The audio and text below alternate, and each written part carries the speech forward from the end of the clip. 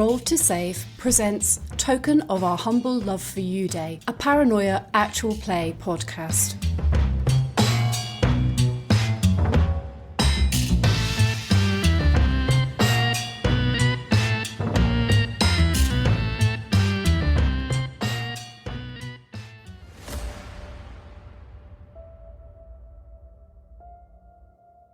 Greetings, citizen.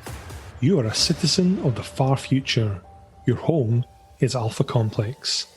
Humanity has advanced dramatically since the bad old days of the 20th century. There is no war.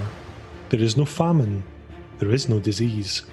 Alpha Complex is a utopia run by a benevolent and omniscient computer. The computer is your friend. The computer provides for your needs. The computer ensures that each and every citizen of Alpha Complex is happy. The computer is your friend. The computer wants you to be happy. Failure to be happy is treason. Treason is punishable by summary execution. You are happy, aren't you? We thought so. You are a clone. According to legend, humans once reproduced by rotting like vile animals. This is no longer true. Humans are grown in clone banks by the computer. There is no longer any need for the messy randomness of love, romance, and childbirth. The computer makes sure that each and every human is genetically perfect in every respect. See what love the computer has for its citizens. The computer is your friend. Trust the computer. In the unlikely event you encounter terminal danger, the computer will order the transfer of your brain's recorded memories to a new, identical clone body. The computer continues to pioneer stunning advances in cloning technology, and its unique MemoMax technology can copy and transfer the deceased citizen's memories to a new clone with speed and absolute accuracy. Your MemoMax circuitry was implanted before you were decanted, and it functions perfectly today. The chances of lost or corrupted memories occurring are completely within current guidelines set by the computer. The computer is your friend. Because the computer is aware of the importance of making backups in case of accidental loss or erasure, each citizen is provided with 5 replacement clones. Historically, the number of citizens who have required more than 5 replacement clones is within acceptable margins given prevailing situational circumstances. The computer provides everything for the happy citizens of Alpha Complex. It provides food. It provides shelter. It provides entertainment. It offers challenging and meaningful work. It provides for the spiritual and psychological needs of its citizens. It exists to serve you. The computer is your friend. But Alpha Complex is at war. It has been at war for all recorded history. There is constant danger of infiltration by the enemy. The enemy is the communists. Traitorous elements within Alpha Complex, such as mutants and secret societies, assist the commies. These dangerous elements must be rooted out and destroyed. Enemies are everywhere. Stay alert. Trust no one. Keep your laser handy.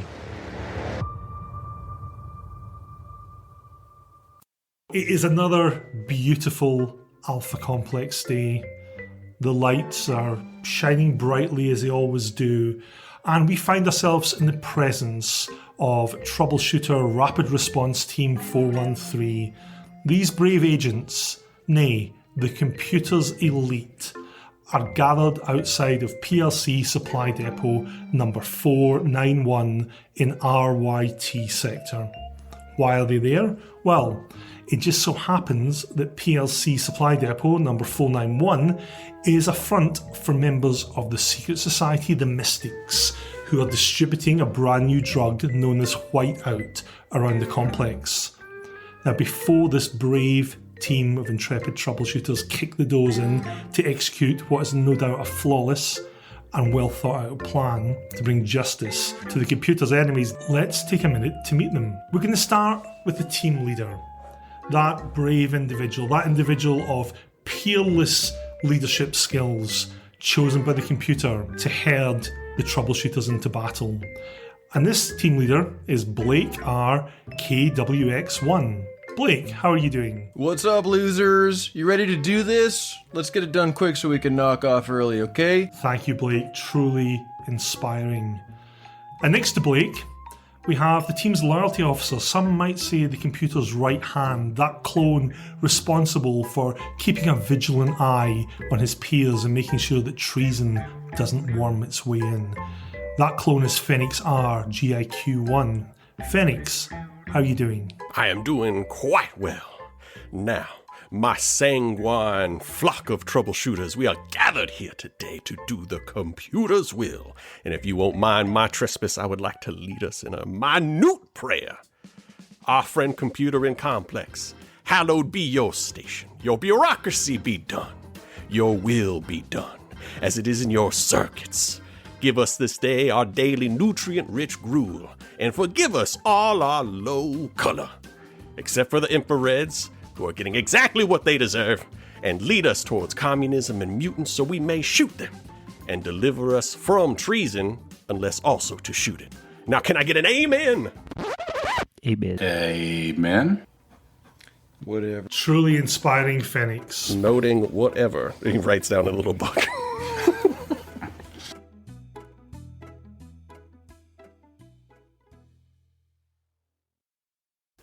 AlphaNet entry, Secret Societies.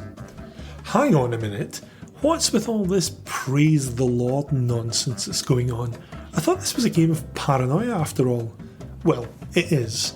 And all this, the computer is your Lord and Saviour business, that is down to the fact that one of these characters is a member of a secret society who believes that the computer is their Lord and Saviour. Now in Paranoia, all characters are members of secret societies, and all secret societies are technically illegal, but some are more illegal than others. In the computer's eyes, membership in some societies warrants no punishment whatsoever. At the same time, there are other societies where, if it came to light you were a member of them, you'd probably be fined or otherwise reprimanded. However, there's a third classification of secret society, the membership of which will see a clone terminated for treason. The societies are classified as follows. Class A societies. These are Death Leopard, the First Church of Christ Computer Programmer, Free Enterprise, Romantics, and the Sierra Club. The computer not only allows these societies to exist, it sometimes even encourages members in them. Why would it do that? Well, these societies either espouse some quality the computer views as positive. For example, our Praise the Lord friend in the FCCP, he reveres the computer as his Lord and Saviour, which, if you're the computer, is no bad thing. Or else they serve some kind of harmless output for urges that might possibly evolve into something more legitimately serious. I'm looking at members of the Death Leopard Secret Society here. The Category B societies, these include Anti-Mutant, Corporal Metal, Mystics and Pro-Tech. These societies are usually the result of more extreme wings of Class A societies breaking off to do their own thing. Now, the computer doesn't generally expend much time and effort in tracking down members of these organisations, as they either serve a useful purpose, like Anti-Mutant, espouse some kind of message of technological supremacy, like Corporal Metal and Pro-Tech, or else are considered largely harmless. Mystics are generally too stoned to do anything genuinely treasonous. However, the reason that these organisations are subject to slightly more scrutiny than Category A's is that their doctrine can sometimes lead to extremes of behaviour that violate other Alpha Complex laws. Anti-mutants are rather fond of lynching mutants, mystics can sometimes be found robbing PLC pharmacies, and Corporate Metal have an annoying habit of trying to remove robots' Asimov circuits. This brings us on to Category C societies. These are the Communists, Computer Freaks, Frankenstein Destroyers, Purge, Humanists and Scion. The tracking, persecution and termination of members of these societies is the full-time job of Alpha Complex's security services, and with pretty good reason too. members of these societies seek to actively tear down the civilization that the computer has created. Whereas the antics of Death Leopard are more akin to Fight Club, Purge are Alpha Complex's equivalent of Al-Qaeda. Unlike some versions of Paranoia, in this version the communists aren't wacky funsters wearing furry hats and talking in thick Russian accent. They're scary terrorists that have no qualms about blowing up buildings. These groups have strong ideologies and their members are committed to their beliefs, fanatical even. Nobody jokes about being part of one of these groups because even mentioning them is enough to bring down a visit from internal security. You know how people joke about the fact that if you mention the word ISIS near your Alexa, the NSA are flagging you? Imagine living in a brutal police state with no human rights, where surveillance is everywhere, and that vending machine might just be listening for certain keywords. Yep, that's why nobody talks about membership of these societies. Scarier still is the fact that, as of year 214 of the computer, internal security believes that around 27% of citizens are involved in a Class C secret society. That guy next to you in the transbot, ooh, he might be a member of Purge and he might be wearing a suicide vest. Now, on to our little party. What secret societies are they members of? Adrian R is a member of ProTech. Phoenix R, in case it isn't obvious, is a member of the FCCP. Lyric R is a member of the Frankenstein Destroyers. Mackenzie R is also a member of the FCCCP. Charlie R is a member of Corpor Metal. And Blake R is a member of Death Leopard. Let's see how this works out for them. So, we now move over to the team's equipment guy, that well-trained clone responsible for making sure that all the equipment owned by the team functions at peak rates. This clone is Charlie RHAP1. Charlie, how are you doing? Suboptimal today. As aforementioned in previous meetings, all equipment is to be returned in above board shape, not with small, I assume, human phalluses scribbled upon it. Again, I'd like to point out, Phoenix, if you could stop soldering pieces into crucifixes, that would also be pretty okie dokie. Blake, as mentioned before, I do not want to get up my own self, but I appreciate that. And again, as mentioned in previous meetings, nobody has responded to my birthday email, and I would be most delighted if all of you attended. It will be themed around robot. It is really funny that you say that. This is Ryan speaking, because I actually do have a crossed circuit board crucifix in my equipment.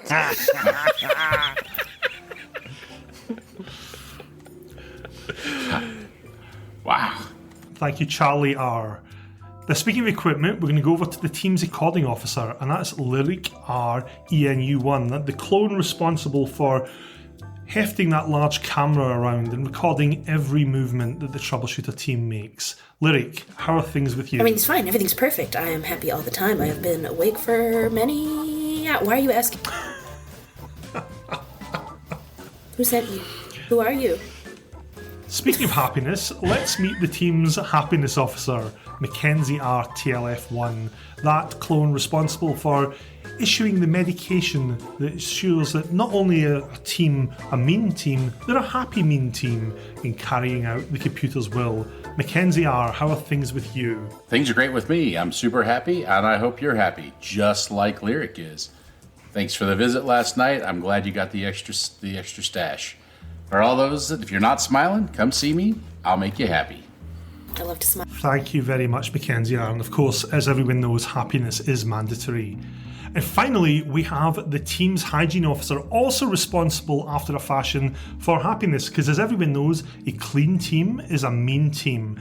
And that clone is Adrian R, TEH1. Adrian, how are things in hygiene land? We'll find out in about 30 minutes how well this team is doing, because quite frankly, let's face it, you all are a little subpar in that category, and I'm gonna have to work extra hard to make sure that we meet my quotas and the computer's needs in that regard. Speaking of friend computer. Troubleshooter Rapid Response Team 413. This is the computer. Updated mission assignment incoming. Priority override. Juliet, Oscar, Hotel, November, Uniform, Echo, Bravo, November. Team leader to receive courier. The computer is your friend. Message ends. Blessed be the name of the computer. Joe Hubin? What's Joe Hubin? I believe it's some sort of kettle. Now, at that moment, a rather scruffy-looking infrared with a badge that reads Mike GHW3, he appears down the corridor, coming towards the team. Following him appears to be a tiny scrub bot that is polishing the floor tiles. Which one of you guys is the team leader? Yeah, that's me. You got something for me, nerd? Yeah, boss. This is this is from Friend Computer. So let me just hand this over to you. He produces a really crumpled-looking computer printout. This is apparently for your eyes only. It's really secret. I've not read it. I can't read it. So it's for you. Excellent. Thanks, dude. He stands there with one hand held out. You all can see Blake's mouth moving as he appears to read this to himself. Can we read his lips at all? Yeah, can we make out what he's trying to say? It's all Bon Jovi lyrics. There's some bigger words there that he clearly is saying over and over again as he's trying to work out what they mean and how to pronounce them. Lyric is just gonna unthinkingly get closer and closer and closer and just sort of start twitching, waiting to hear what's happening. Okay, team. Looks like they need us in 672 in RYT sector.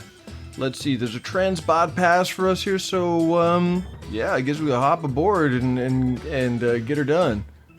What is it that we are getting done? Well, that's for me to know. Blake, if I could just have an aside with this infrared for just a moment. I Do appreciate... not be infected by his infraredness, though. Keep your distance at least 5 feet. You do not want him to actually touch you. Oh, you don't have to tell me. I know that they're lower than scum. And I've got this like little shaker of water, and I'm going to be like shaking it at the infrared. Be gone, foul demon. Be gone. I'm not a demon. I work in a bar. Feel the computer's love. Feel its love. Even for you, an infrared, feel its love. Kenzie's putting his hands down like this towards Phoenix, just like, hey, come on, calm down a little. Right, anybody know where the farm processing center is? Because that's where we're supposed to go. Or, like one of those tram cars? Something like that. The infrared's looking at you, Charlie, like... What, do you want a tip or something? No, man, you're just doing your job. Come on. Is I there gave like you a train? a hot tip there, boss. Did I not get maybe like 10 credits? No, it's okay. It's okay, Blake. I'll handle this. I can speak their language. I have something worth much more than money, my dear infrared. Don't mind him. He will talk at nauseum. But you fold it up. I will hand him a pamphlet for the SCCCB. Question for you, though, sir. With that paper, when you delivered to our gracious and humble team leader, was it given to you in such a malformed and many-creased fashion?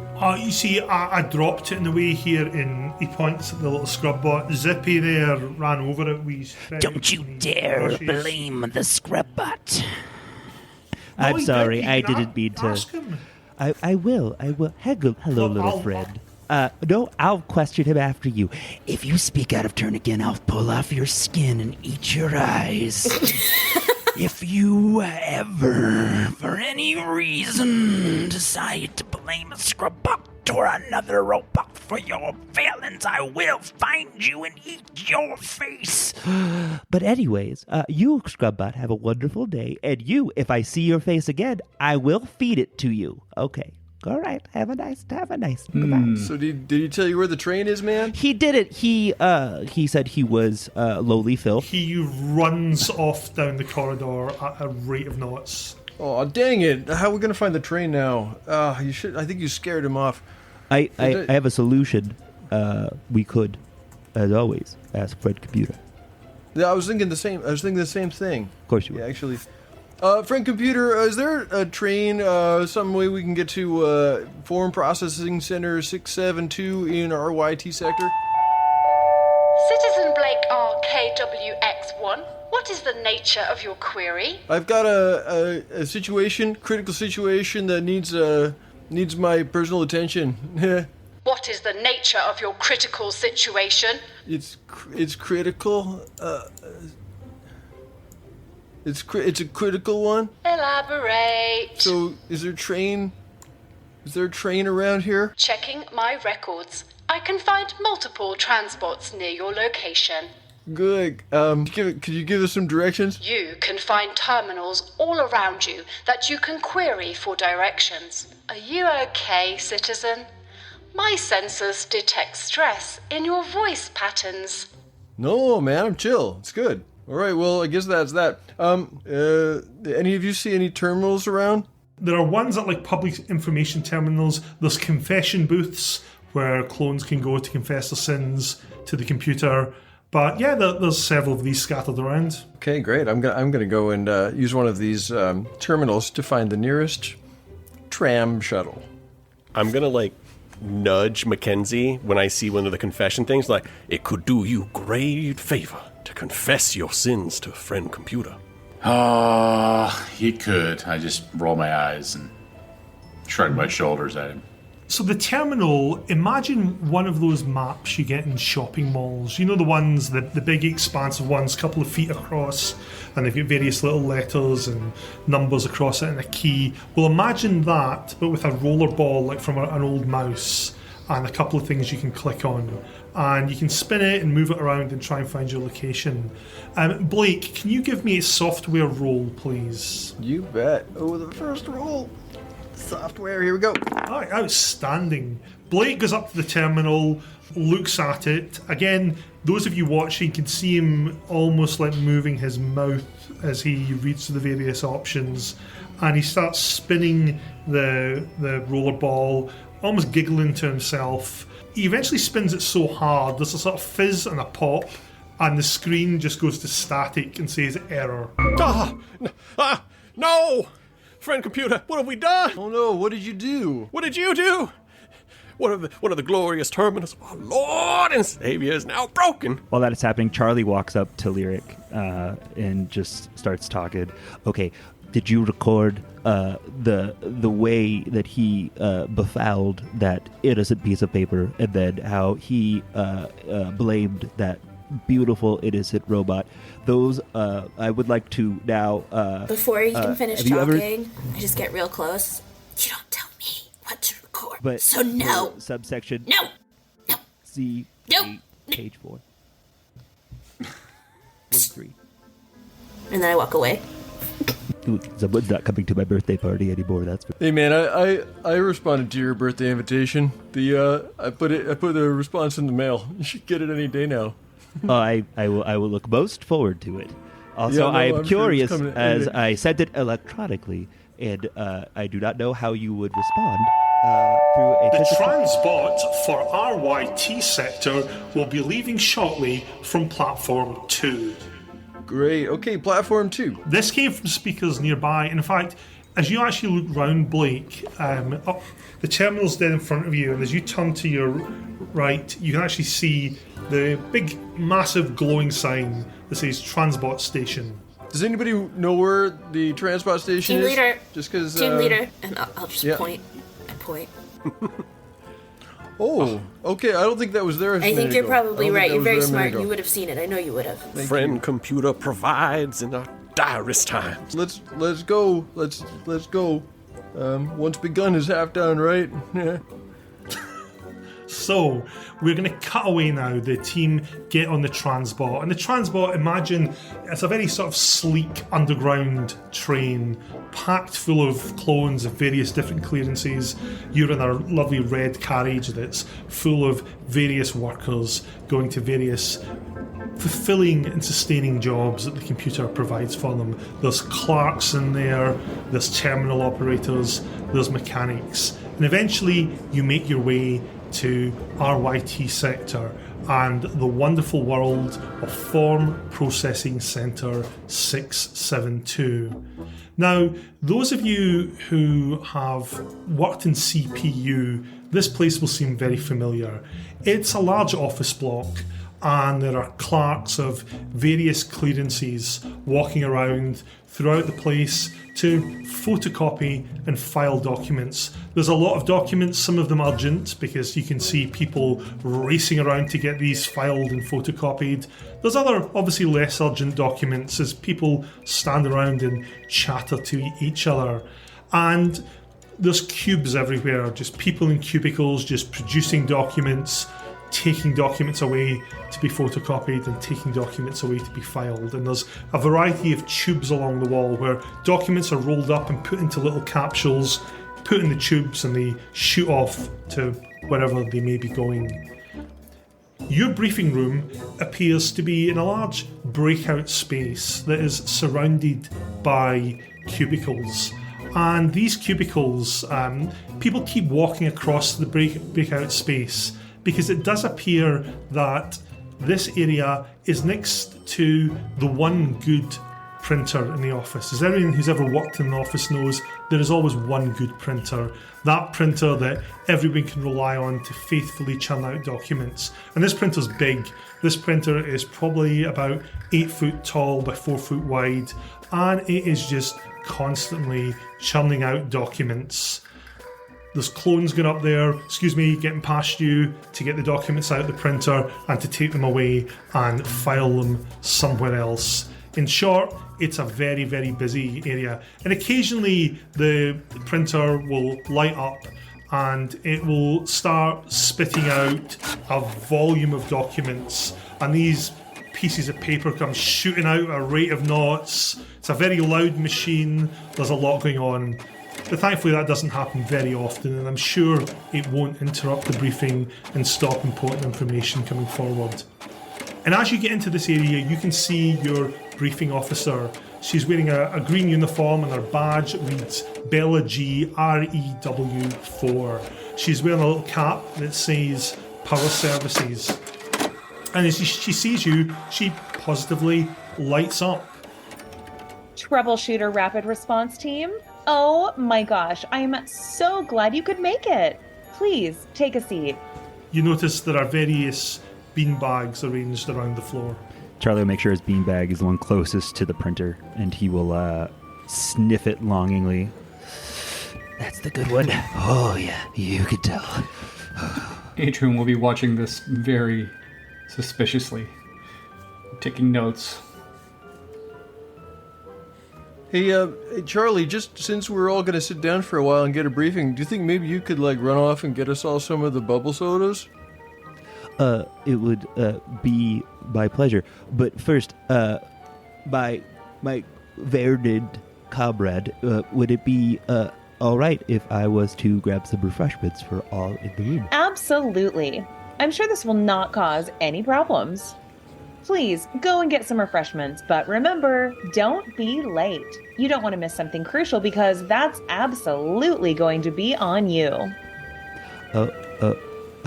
Blake, I would like to point out that it seems that... So, you guys, I did a thing. I chose to be your briefing officer, and I'm so happy about it. And you? She points at Charlie. Your mannerisms? So cute. But ears open because this is computer time. Love it. So, team leader, why don't you let the rest of this wonderful team know why you're here? Because the situation critical. and they need the best. That's why we're here. That is why you're here. Because, and I must state this for you, this mission is going to be completely safe and lots of fun for all of you. The communications at disused missile silo number 2314 in sector RYI have gone down. Simple job for you guys. We need you to go in and determine the cause. Simple? You bet. Now, there's been no contact in the silo for over a week. Damn comms going down, am I right? But I must stress that the silo is perfectly safe for you. It contains missiles armed with, well, you're not cleared for that, but armed with warheads of some description. Totally safe. Nothing to worry about. These were recently decommissioned by a high programmer, and fun fact, you're gonna like this. The last team that were sent there were meant to be interviewed by a vid show host, but neither they nor the vid show team have been seen since. So you're saying that we could be famous? You could be famous. Oh, I'm obsessed with him. Look at him. So cute. His attitude, so positive. I mean, are you not just crying with excitement over this? It's great. I mean, I could use a bouncy bubble beverage. It would really make things perfect, but I don't know. Charlie, would you mind just running off and getting some drinks for us? You know, I used a terminal because they're so present in all areas, and I just did a quick search, and none of those are around. You know how to use a terminal, though, Blake, clearly from your use before, and mine's still functioning, which is pretty neat.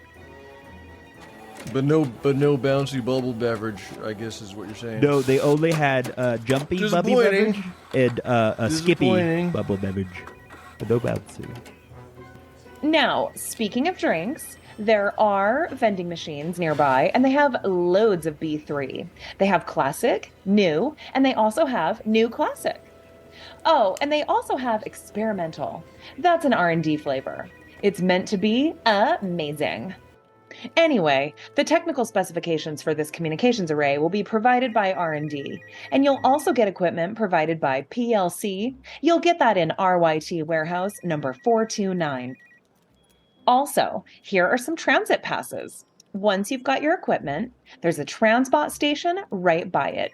Just go there, and there will be a special transbot set up to take you straight to your sector. There, you can begin your work. You guys, is this not just the best opportunity? Praise be to the computer. Excellent. I am absolutely enthralled. Now, I'm absolutely authorized to answer any queries you may have at your security clearance level, OBS. So, questions, team? May I be None? Spectacular! The fun keeps happening, though, because not only do you have this mission, the computer has authorized you to do a special service. The computer would like you to find and interview John Y. RYI 5. He was a producer on the hit game show Snitch on Your Bunkmate. You guys must remember that show, right? Wasn't it one of the best shows the computer has ever commissioned? I loved that show. Oh, of course. That made me happy. Great prime time. Yeah, Sweet show. the jingle was made always everyone great. happy. The jingle was great, and the way they Adrian, had that guy you set always- on fire, that was great. You always have such a beautiful singing voice. What was that jingle again for that amazing show? Oh my gosh. I would love if you guys would sing the theme tune. I'm tone deaf. You are not silly. You are blessed by the computer. So, on the count of 3, I want you all to sing the theme tune. Are you ready? 1, 2, 3. Stitch on your roommate, or you'll be dead in the Give morning. up the person because they're not happy. Treason! Death to communists. Stitching's the way. Wow, I am obsessed with you guys. You're going to be so successful. So, you had no questions. I'll just note that down here. And you're free to go. Okay, actually, that was actually pretty good, guys. I don't know, maybe we should jam sometime, but I don't know. That's not for today. For now, why don't we go to? Looks like we're going to 429 to to get some equipment. Yeah, back to the trams. Would you like me to get you a soda first? Yeah, that'd be good. Sure. I will return. Would anyone else care for one? I don't, but while you're waiting, here's a happy pill for you just to get you by. I hand one to Blake. I appreciate you. I would also like one, please. Thank you. I'll give you 2. Thank you. I eat both of them immediately. Loving the friend computer brings upon a great thirst. I would not mind a frosty beverage. All right, is everybody set? Okay. Does anybody know where the trams are?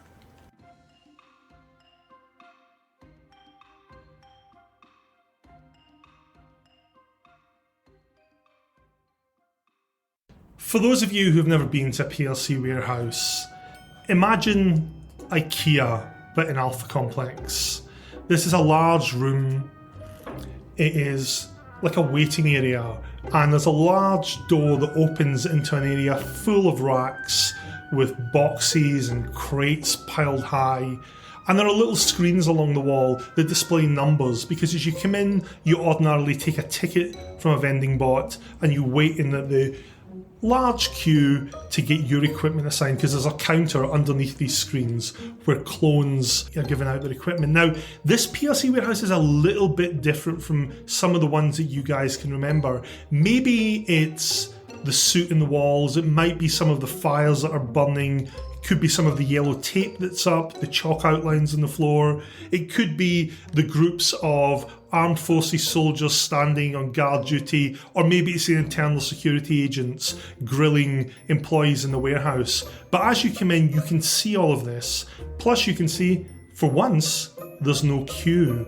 There's just one rather bored-looking Orange Clearance clerk behind the desk. There are a lot of army troopers in here though, and there's a lot of internal security troopers. It's like our lucky day, guys. There's no lineup. I have returned with your beverages of choice. Oh, thanks, Charlie. That is a sweet drink. Yeah, I know that you and the kind Phoenix are quite partial to classic. Surprise, surprise, Charlie has not actually brought classic bouncy bubble beverage. Instead, he's brought experimental bouncy bubble beverage. For those of you unfamiliar with Alpha Complex, most things experimental tend to equate with terminal. I am a classic Old Testament beverage man. Blake, can you roll a d20 for me, please? Sure. As you open this can of bouncy bubble beverage, it's a bit different from normal. I mean, it says classic on it, but as you open it, you've got a funny feeling that label might actually have been stuck on. And as you open it, there's a huge, loud bang from the can. A huge jet of bouncy bubbly beverage comes out, and one of the armed forces goons yells, "Commie! Everybody down!" and fires his laser, drills you between the eyes, and you collapse in the heat. I'm recording this. I'm going to army crawl over to his corpse and just be like, Tell me to get another bubbly beverage and I'll ensure your bubbly death. and I'll go back and say, oh, man, that's unfortunate. And I'll crawl away from him. Oh, friend computer's great fiery sword has struck down our team leader. What we are to do except acknowledge a new leader amongst us, maybe one that knows the good word. I like Adrian. Let's vote for Adrian. The armed forces goon, meanwhile, goes, Alpha, Tango, Charlie, target down. He looks quite heavily medicated, and he's twitching quite a lot, and he's got this high-tech energy weapon.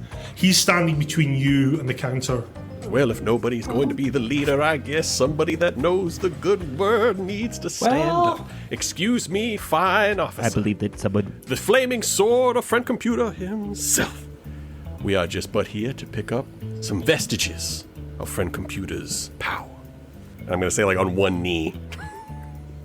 He looks at you and he twitches slightly, and you can see his trigger fingers are a bit itchy. Would anyone here care to tell me what this idiot is babbling about before I take him down? Is he a communist? Easy, Fred. I do believe he was reciting communist doctrine, yes. It is not communist doctrine. He said communist. Did you hear him? Computer. He just said communist. I play back the tape. They both said communist. The 2 internal security troopers come over, grab Phoenix, one under each arm, and drag him off. So unfortunate. Anyways, Adrian, what were you saying? Well, our friend Mackenzie here, you're no stranger to PLC, and I know this is kind of the rarest of rare, having an efficient running workshop here, so perhaps why don't you approach our friend there in Orange and speak the PLC speak and maybe get what we need? Well, I can certainly try, but I'm not the first person that should go. I guess since we've already lost 2, I suppose I'll give it a whirl. Have I been carried off or am I dead and I'm returning as a 2? You may be returning as a 2. Phoenix, number 1, may be having a very long chat with a couple of nice men from internal security and a waterboard. Missing a few limbs here or there, willy-nilly, as it goes. So I'm certainly reluctant to do this, but I kind of slowly step forward and I reach in my pocket, grab a happy pill, and pop it. Kind of shake my head a little bit and say, "What are those pills you've got, citizen?" They're They issued are by only Frank pills Computer. to keep his mutagenic powers under control, is all, officer. I am not a mutant. Here, Pill. I reach They're in and happy hand him a pills. pill. They It's a happy pill. They help There you everyone go. be happy. Happiness is mandatory. The computer Friend wants us to be happy. friend- The computer gave us the pill. He gulps it down. "You're a good guy, do you know that? You're a good guy." He puts one hand on your shoulder. "You know what? It's hard being in the armed forces, all this carnage, all this death. Do you think I want this? Do you think this is what makes me happy? What makes me happy is the love of the computer, the love of good clones like you." That's why we're all here, for that love and happiness. He pats you in the back. "You're good. What are you here for?" Well, we're here for lots of things. I'm not really sure of our whole mission, but I do know I need some equipment out of Warehouse 429. Could you help us out with that? "Oh, you go and talk. Go and talk to him, the guy behind the guy. He's lost so many friends today. I mean, look, all these bodies, all these body bags. They were friends and they were Did people." he check inside the body bags? He said he lost them. have a perverse dignity. "You go, my friend. You go forth with my blessing and talk to him. Thank But you. Be Here's kind. I will be kind. I will be kind. Here's another happiness pill. I'm going to take Charlie R, our equipment guy. He'll help me gather up all this stuff. It would Here's be another my happiness pleasure. pill. I smile. We walk by, and Charlie and I. He smiles and stifles a tear. So you make your way to the front of the counter, and there's a older-looking clone there. His badge says Reg O LMY6, and he's sort of slouched in the counter, looking pretty bored at the proceedings, and occasionally checking his watch. And as you come over, and he's like, "Name, My name is Charlie R, HAP1. team name." My team name is The Fixers. He looks at a clipboard. "Nothing here from the Fixers. You probably got the wrong warehouse." That's fair. Team name is does 413. Thank you, Lyric. The team name. Oh, someone's paying attention. Yeah, okay. Oh, Task Force Troubleshooter 413. Yeah, got you here. Oh, so yeah, I'll just get one of the bots to bring out the stuff from the back. I mean, this place today, it's more like a warehouse than a warehouse. Am I right? That was quite the quip. Okay. Yeah. Well, you got past the times. I mean, this is nothing. I mean, the great commie raid of 214, I was only a red then when that happened, and that was quite something that day. You don't have Nothing to regale like me this. with that story, because I mean, it was my first day processing the 392 TX7s. You equipment guy, you'll know those. Those are the forms that, what are they for again? It's for returning equipment in substandard condition. Yes. You know what they're like: triplicate, Yep. nightmare to file. Bury them Now, again, dig them back up, burn them, lose them, find them again. I remember. Yeah, what's your favourite part of them? Because it's a labour of love. Well, What's your favourite part? okay, so I'm a bit of a weirdo. My favorite part has to be when you diligently fill out every sub-proceeding section that has to do with any minor incongruence in basic form. Now, which most people skip because it's basic form distribution. But most people are lazy. That's why. They just don't understand the pleasures of it. And pointing out common flaws in distribution error is honestly, it's a passion. Like, do you, sir, have an electronic mail that I may be able to send a pretty sweet invite, if I do say so too? Yep, RegOLMY6 at plc.ac. It will be a pleasure to have someone not only of your standing, but of your fine taste at this party. I look most forward to it. Anyway, here's your equipment. A forklift bot comes out. Who's your team's equipment? It's you, isn't it? You're the equipment guy, aren't you? Not to brag, but yeah. I could tell. It's just the gravitas. I think that's the word. Gravitas. Some people you have that in abundance, my friend. In abundance. That's too kind. I mean, we had some clowns from Power Services in here Power a while back. Yeah, I know Power Services. Like no Power Services more like. I'm now standing. I'm standing behind Charlie now, and I'm kind of whisper in the back of his ear, saying, "Hey, can we get more of those warehouse and life stickers to put on things? I really like those. See if we can get some more of those. They make me happy." I appreciate that. I know your job is to make things happy, but defacement of anything is against standards code R46824-sub-B.6. But they're very happy. They're very happy. I appreciate that, but it will end with immediate termination of your clone and pursuant of damages several subsequent clones as well. So, my friend, here is the manifest. So we've got in this crate 10 meters of threaded copper wire, 10 meters of slim run fiber optic cable, 10 meters Cat6 shielded solid PVC cable, 1 high-speed fiber deployment mechanism, 10 meters experimental R&D double shielded multi-mode power line cable, 6 RJ45 crimp tools, 1 experimental R&D pro-grade mono-shielded wire stripper, 1 box of Cat5e shielded connectors, 200, 6 pliers, 1 high-voltage Potomatic cable tester, 6 screwdrivers with adjustable heads, 1 Series 779 ergonomic cephalomatic punch-down tool, 1 box of screws assorted, 6 wire strippers, 16 patch panels, 47 assorted inline couplers, 4 Alpha-Link direct attached single mode multi-link interfaces, and 6 toolboxes, plus a chit to allow transport access to sector RYI. Does that sound correct? I did notice that the punch down that you included is 3 to 4 models out of date. Why is that? Buddy, this is where you're getting assigned. That's fair. I was just, from one equipment guy to another. I just, Yeah, but the 781s, they're always a bit twitchy. What you have to do is you have to shift it from first straight to third. Just skip second altogether. Really? Hang on, you get out a notepad. Go on, please, in detail. Okay, so as you engage the roto-rooter past the processing system, you hit couple the first gear past the second through the third, back to the fourth. Brilliant. I do. It's that twist you do there. Most people forget. I am coming to your party. I am It's going to be amazing. Overwhelmed at the prospect. Can it be a party with only 2 people? I don't like Lyra. I don't like her. I don't like her. Anyway, take your stuff. I'm sorry, she's ruined it for me. This vibe we were having is gone.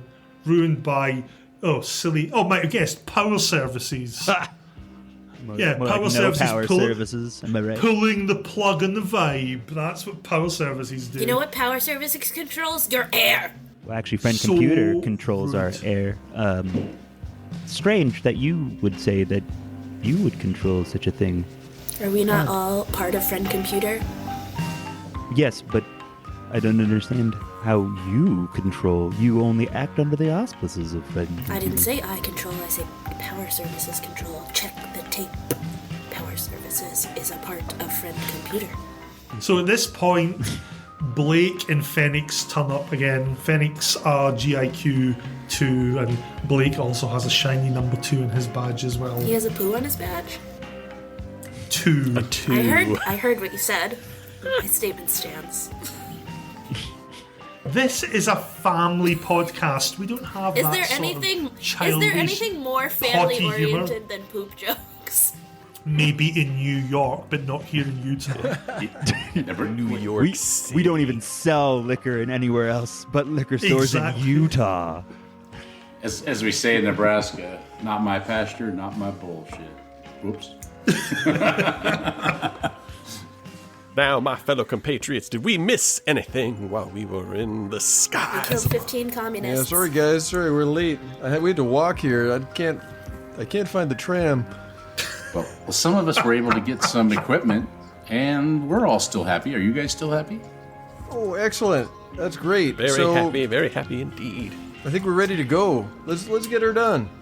As we walk away from the counter there, I'm going to take one of my Warehousing Life stickers and just kind of behind my back stick it underneath the counter there. Brilliant. Have a perversity, Sid. So, you make your way to the Transbot platform, and this Transbot platform, this is surprisingly nice compared to the Transbot journey you had to this sector, because unlike the journey here where you got on a cramped Transbot with many other clones, the platform going to your destination is empty. There is the sleek looking Transbot there, and across the scrolling little sign that normally says train times, it says, "Welcome, Troubleshooter Team 413. RYI sector awaits." The tram itself looks completely empty. And you get on board, and a soft automated voice says, "Make yourself comfortable. Journey commencing." And the doors whoosh gently close. And you start shooting along at a comfortable 60 miles an hour towards RYI sector. Now, as you're sitting there, you notice a couple of things. The first thing you notice is parallel to the Transbot track, there is another Transbot track coming out of RYI sector, and there's no traffic heading that way. Also, on the highway that goes in and out of RYI sector, on the coming out lane, no traffic, and on the going in lane, quite a lot of military traffic, armed forces traffic, vehicles with large caliber weapons on them, lots of soldiers. And as you get closer and closer to the blast doors that lead into RYI sector, you can see the doors leading out are completely sealed, and you'll notice that there's barricades set up there, and there's various troops crouched behind them. There's some vulture warriors, there's various tanks set up. And as you're going into RYI sector, you can see that the automated defences are actually pointing in the tunnel as opposed to coming out the tunnel.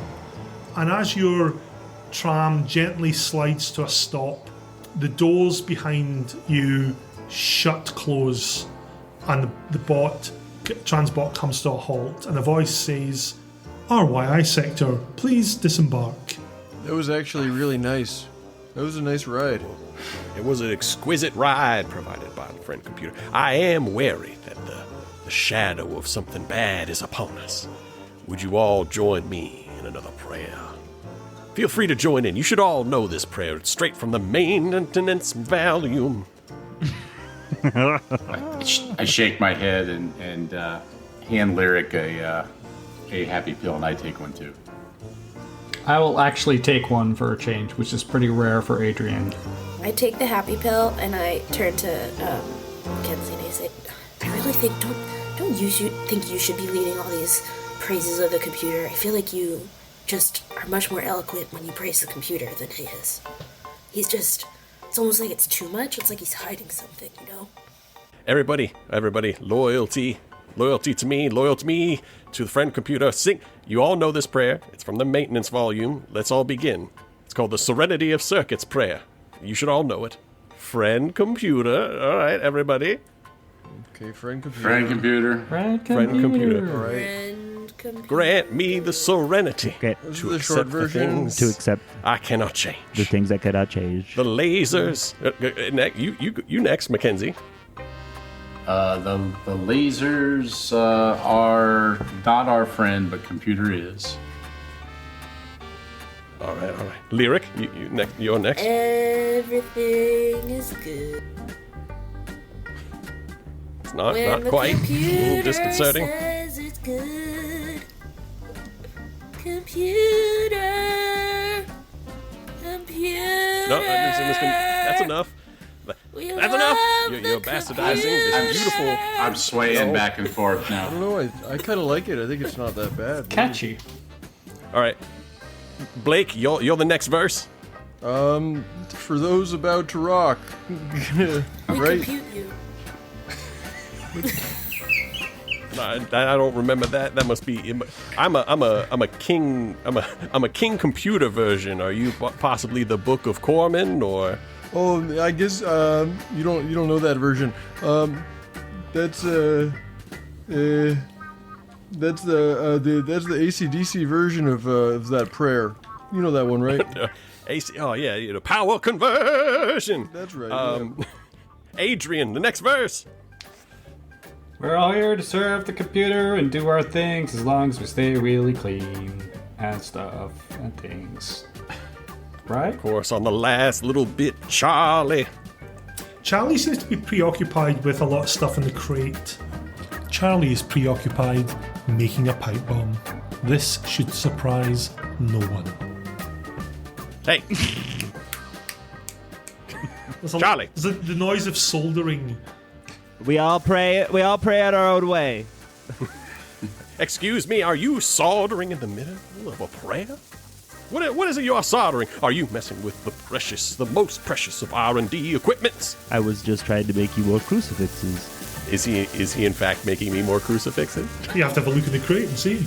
I'll take a look inside the crate. I bring my recording equipment to the crate. I think he might be halfway through a crucifix because he's got it looks like the long part of it, almost the standy up part. He's got that. It's maybe about 2 feet long. It's cylindrical. Some wires sticking out the top of it. Presumably he's going to use that to tie on the bar across the top. But he certainly seems to have made that. There's also a digital counter on it. I don't know what that is, but It's to count the number of prayers that you have every day. You know, it's like brushing your teeth. Count the number of prayers. You're supposed to like brush your teeth It's at for 0. 2 minutes. It says 0 right I'm now, so you not don't done. pray. There's no I'm prayers not today. done making it yet. Well, what is the next ingredient? Let me help The you. next ingredient is love. Could you grab these wires here, and I'll grab this pair of wires. I'm not grabbing the wires for sure. Ooh. That's for sure. It's totally fine. Look, I'm touching the wires. Don't worry about it. Just grab the other pair. I need 2 sets of hands. It's a large. I stop at the song that's happening and like Rejoice. praise. Praise be. Sing, make merry. You have been bloodlessly conquered. Utopia awaits. The old ways are gone. No longer will you live in misguided ignorance. Yell your praises to the ceiling.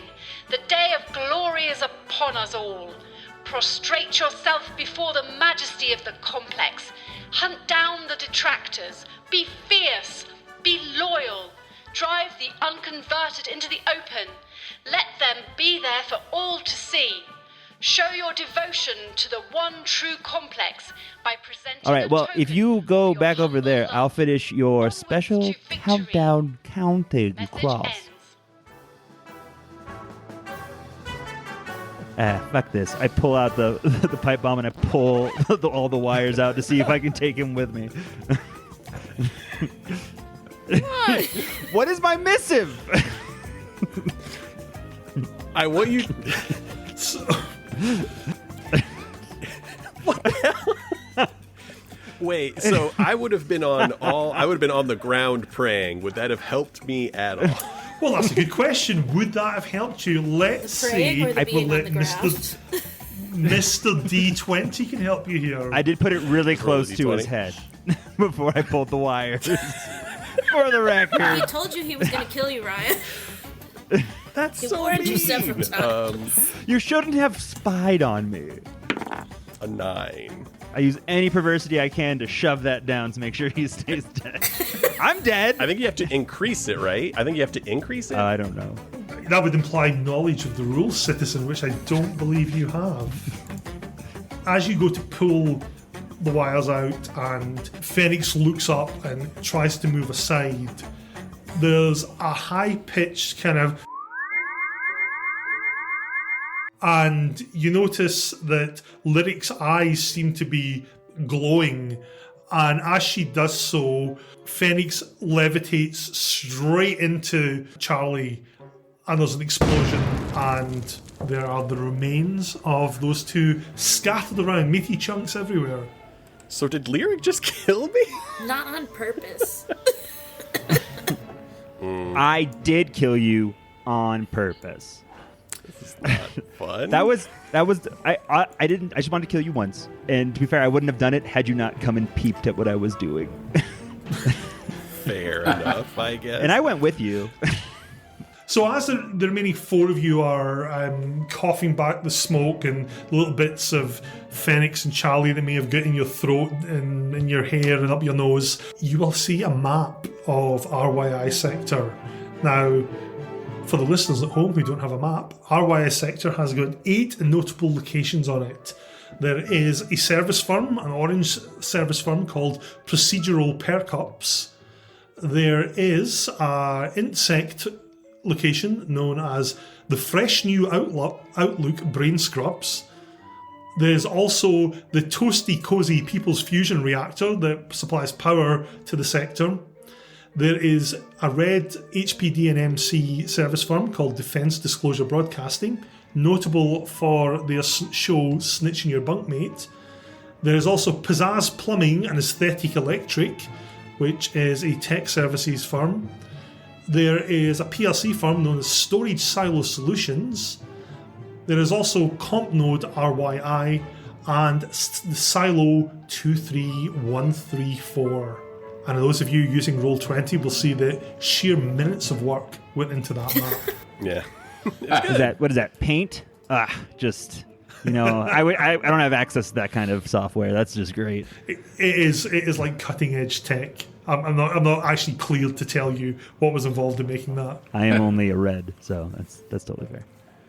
So for the remaining 4, we've got Blake, Lyric, Adrian, and Mackenzie. You all will have seen, it might have been something to do with the lighting, it may have been the happy pills you've taken, but you're pretty sure you saw Lyric's eyes glow before Phoenix flew into Charlie and they both exploded. Did you guys see that? That was crazy. Well, I'm a happy blew fella, up. but I think you're really happy. You're so happy your eyes started glowing. I saw that too. Wait, you saw that too?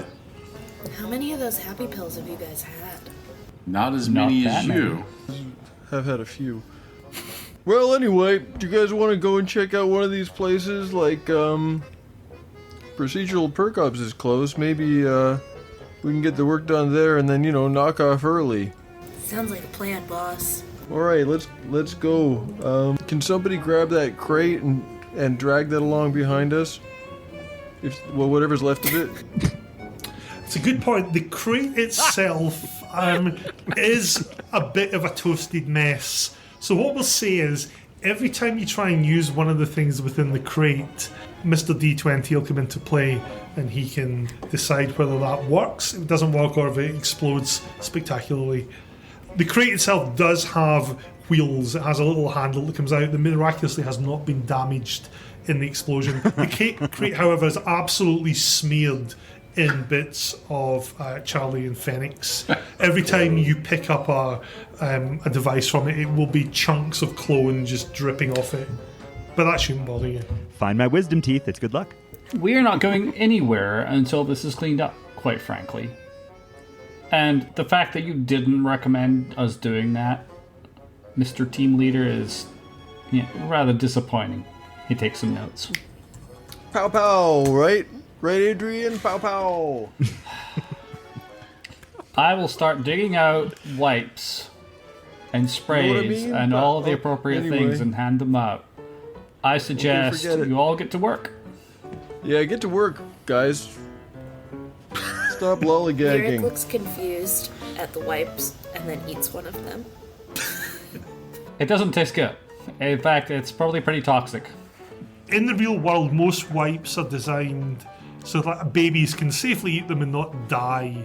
However, in Alpha Complex, these wipes are heavy duty. They are designed to deal with the sort of situations that troubleshooters come into contact with. And as you chew in this, the initial sensation is quite pleasant. It's a bit like cotton candy, but then it becomes like cotton candy that is really spiky, and then you just get a wash of pure chlorine down your throat, and you fall to the ground gagging and choking as you burn from the inside out. The last thing you see is Adrian just standing over you, shaking his head as the light goes out in your eyes and just fluid gushes out of your mouth. Waste of valuable hygiene equipment. I just takes grab no the time wipe as well. and start wiping off the handles of everything and just going to work acting like I didn't see what I just saw.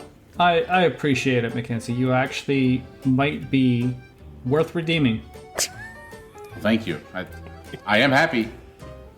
I could have sworn there was more than just those of us that are here. Where are some of us? Do some of us not show up today? You feel like- didn't see the boom. Oh right, yeah, they're. The earth-shattering. But still, that's no excuse for lateness. I'm sure they'll be right back. So you guys spend about 20 minutes de-cloning the crate and everything in it, and in that time a transbot with Lyric, Phoenix and Charlie's clones turn up looking fresh and shiny and not either exploded or killed by very toxic chemicals inside the gullet. You guys arrive just as they finish getting all the equipment shiny, new and smelling almost lemon fresh, if you knew what lemons were. Nice of you guys to show up. Like, we've been working here. Tick tock, okay? Like, try and be on time next time, okay? Go directly up to Adrian and say, "How could you poison me?" What can I say? All I remember is praising unto he, friend computer, and then poof. Poof was right. He beckoned me home and then spit me out again to lead all of you into his good graces. We can go home when the work's done, okay? My cross didn't go super well. Somebody grab that crate and let's go. Procedural perk up. Let's go. Okay. I'm gonna hand the bag of like dirty wipes and everything. We've got it all bagged up. I'm gonna hand it to Phoenix. Here, why don't you carry your weight? So as you guys are making your way off the platform, there's a red clearance clone that comes over. He sees you, he's wearing an HBD and MC uniform. Ah, clones, can I be of assistance? You seem to have had some trouble on the platform here. No trouble. We're just trying to get our work day done. So what do you need? Oh, what do you need are you here about the lighting?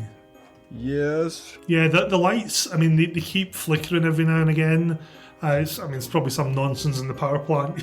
You know what power services are like, am I right? More like not power service, Hey, right? more like not power. Yeah, this guy Okay, knows high it. five. So what are you guys here for? Are you here for the light? What's the fastest job that needs doing? We're here for that one. Oh, right.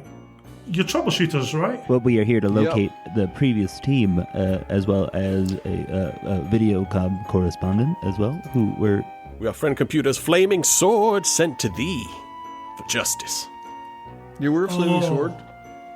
You're one of FCCP. Oh, I get it. Okay, yeah. So have you recently come across people that may match our description and or team makeup? As the music starts playing, he completely freezes up, almost like at attention. Citizens, rejoice, dance, sing, make Hello. merry. You have been Not bloodlessly poking. conquered. Utopia He awaits. he goes back and forth, but he still stands rigidly bolt upright. Misguided ignorance.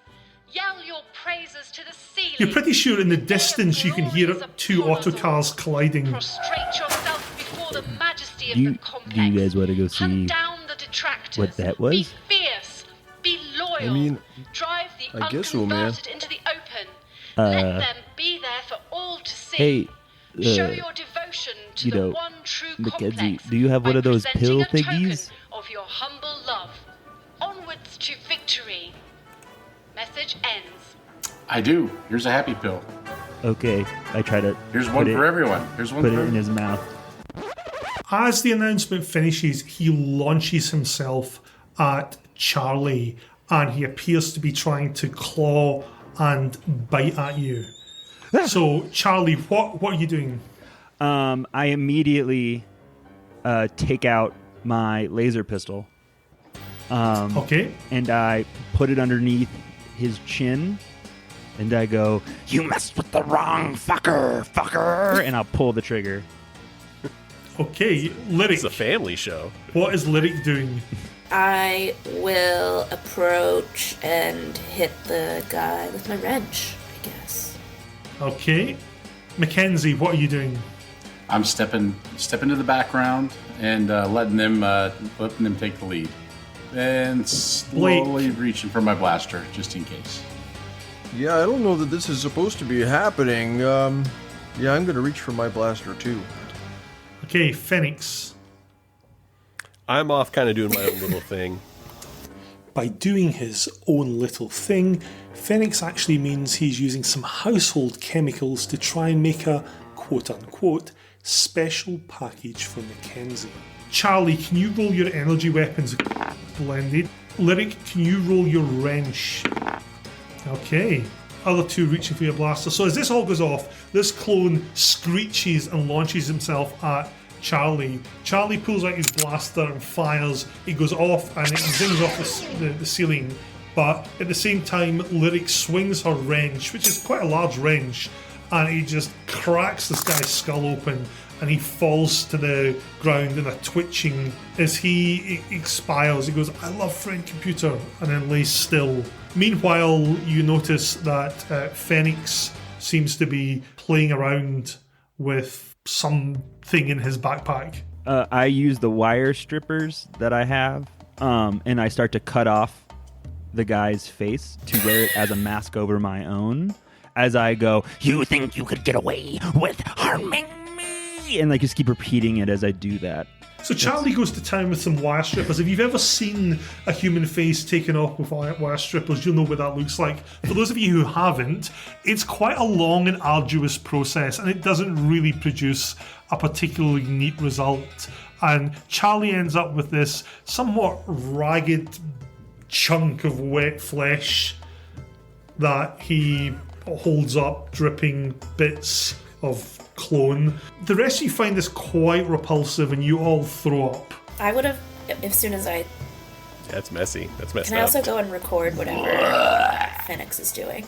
Yeah, so Phoenix, would you like to describe what you're doing? Because you suddenly feel the stare of a massive video camera over your shoulder. Well, so I've got this big old. I was given the bag of cleaning supplies, right? Was that what it was? All the wiped up. I was handed goo. a bag of stuff. Yeah, all the body. Yeah, I've got all the goo, and I'm just trying to. I'm just it's your mixing body together parts. a few body parts and stuff. I'm just trying to clean that up a little bit. I just got some household chemicals that I'm putting on there to get rid of the smell and stuff like that. Are you convinced, Lyric? No. What are you doing? What are you doing? I'm just but trying to, this is very stinky, and I do not like to be reminded of my previous visit. So I'm just trying to, clear this up. We a already little bit. cleared it. We're already clearing it. We already cleared it. Well, we didn't already clear it. I wasn't there either. They've cleared it. What are you doing? Why? I just told you. Trying to follow friend computer's will. You think you know Could you friend hold this computer's bag will? real quick? Will I look for a waste receptacle? No. I have to carry my recording equipment. Here, I'm just going to set this bag down by your feet real quick while I look for a recycling I don't think you will. receptacle. What's in the bag? You could look inside if you want, and I'm going to take a few steps away and then turn around. Feel free to investigate at your leisure. Why don't you open it and show me what's in it? For friend computer would like to see for the recording. Everything must be recorded. You dare try to tell me what friend computers will? You are no friend to friend computer. How do you know? Who can truly know Know anything? about you, Lyric. I can see into your eyes, and I see in the dark places you'd wish not to speak about. I see communism. I see treasonous intent. I saw your eyes glow a mutagenic color. Right before my life was sputtered. How dare you? You're nothing but a dirty mutant. So as you two are talking, Charlie sticks his face in between the pair of you. Or rather, he sticks his face with the wet, dripping chunks of the other guy's face, and he's sort of looking back and forth at both of you. Sorry about that, guys. I almost lost my cool. What are you doing over here? Can I kind of just reach out and kind of twist the face so it's sideways? The noise it makes as you twist it makes you feel somewhat sick to your stomach, and you are sick over Charlie. Sorry about that. You ruined this jumpsuit. Sorry about that. Well, it has a different thing on it now. It's fine. Fennec is doing something treasonous. Is he now? There's something in that bag. Whomever smelt it, dealt it. And somebody is saying a lot about treason. He won't show me what's in that bag. Open the bag. I'm offering you may look into open it it. as I take another couple Open steps it. back. I have it. Why Open would it. I open Open it. mine bag? Open it. Everybody. Now I gave it to thee. Calm down.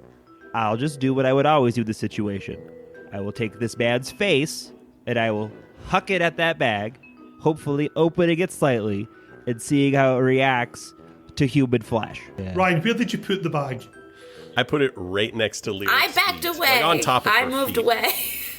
Just to say, if she did move, it would tilt it or jilt it a little bit if anything were to happen. Don't retcon that. You didn't put that on my feet. Lyric, can you roll your agility? And if you don't have agility, can you roll violence? Likewise, Phoenix, can you do the same? And Charlie, can you do the same? A little three-way combo going on here of... Can I convince you that because it's a face weapon, I could roll hand weapons? But you can do thrown weapons. I don't have thrown weapons. I just have hand weapons. Oh, well, that's what I was violence. trying. Violence it is then. I will zhuzh mine up with 3 points of perversity. Well, there is 3 points of perversity will not make a difference there, Ryan. Okay. Because what happens is, as you dive to throw it at Lyric, and Lyric goes to get out of the way, your hands are still in the bag as Lyric stamps on the bag by mistake instead of moving. A wet human face lands on Lyric's foot at the same time, and there's an almighty from the bag.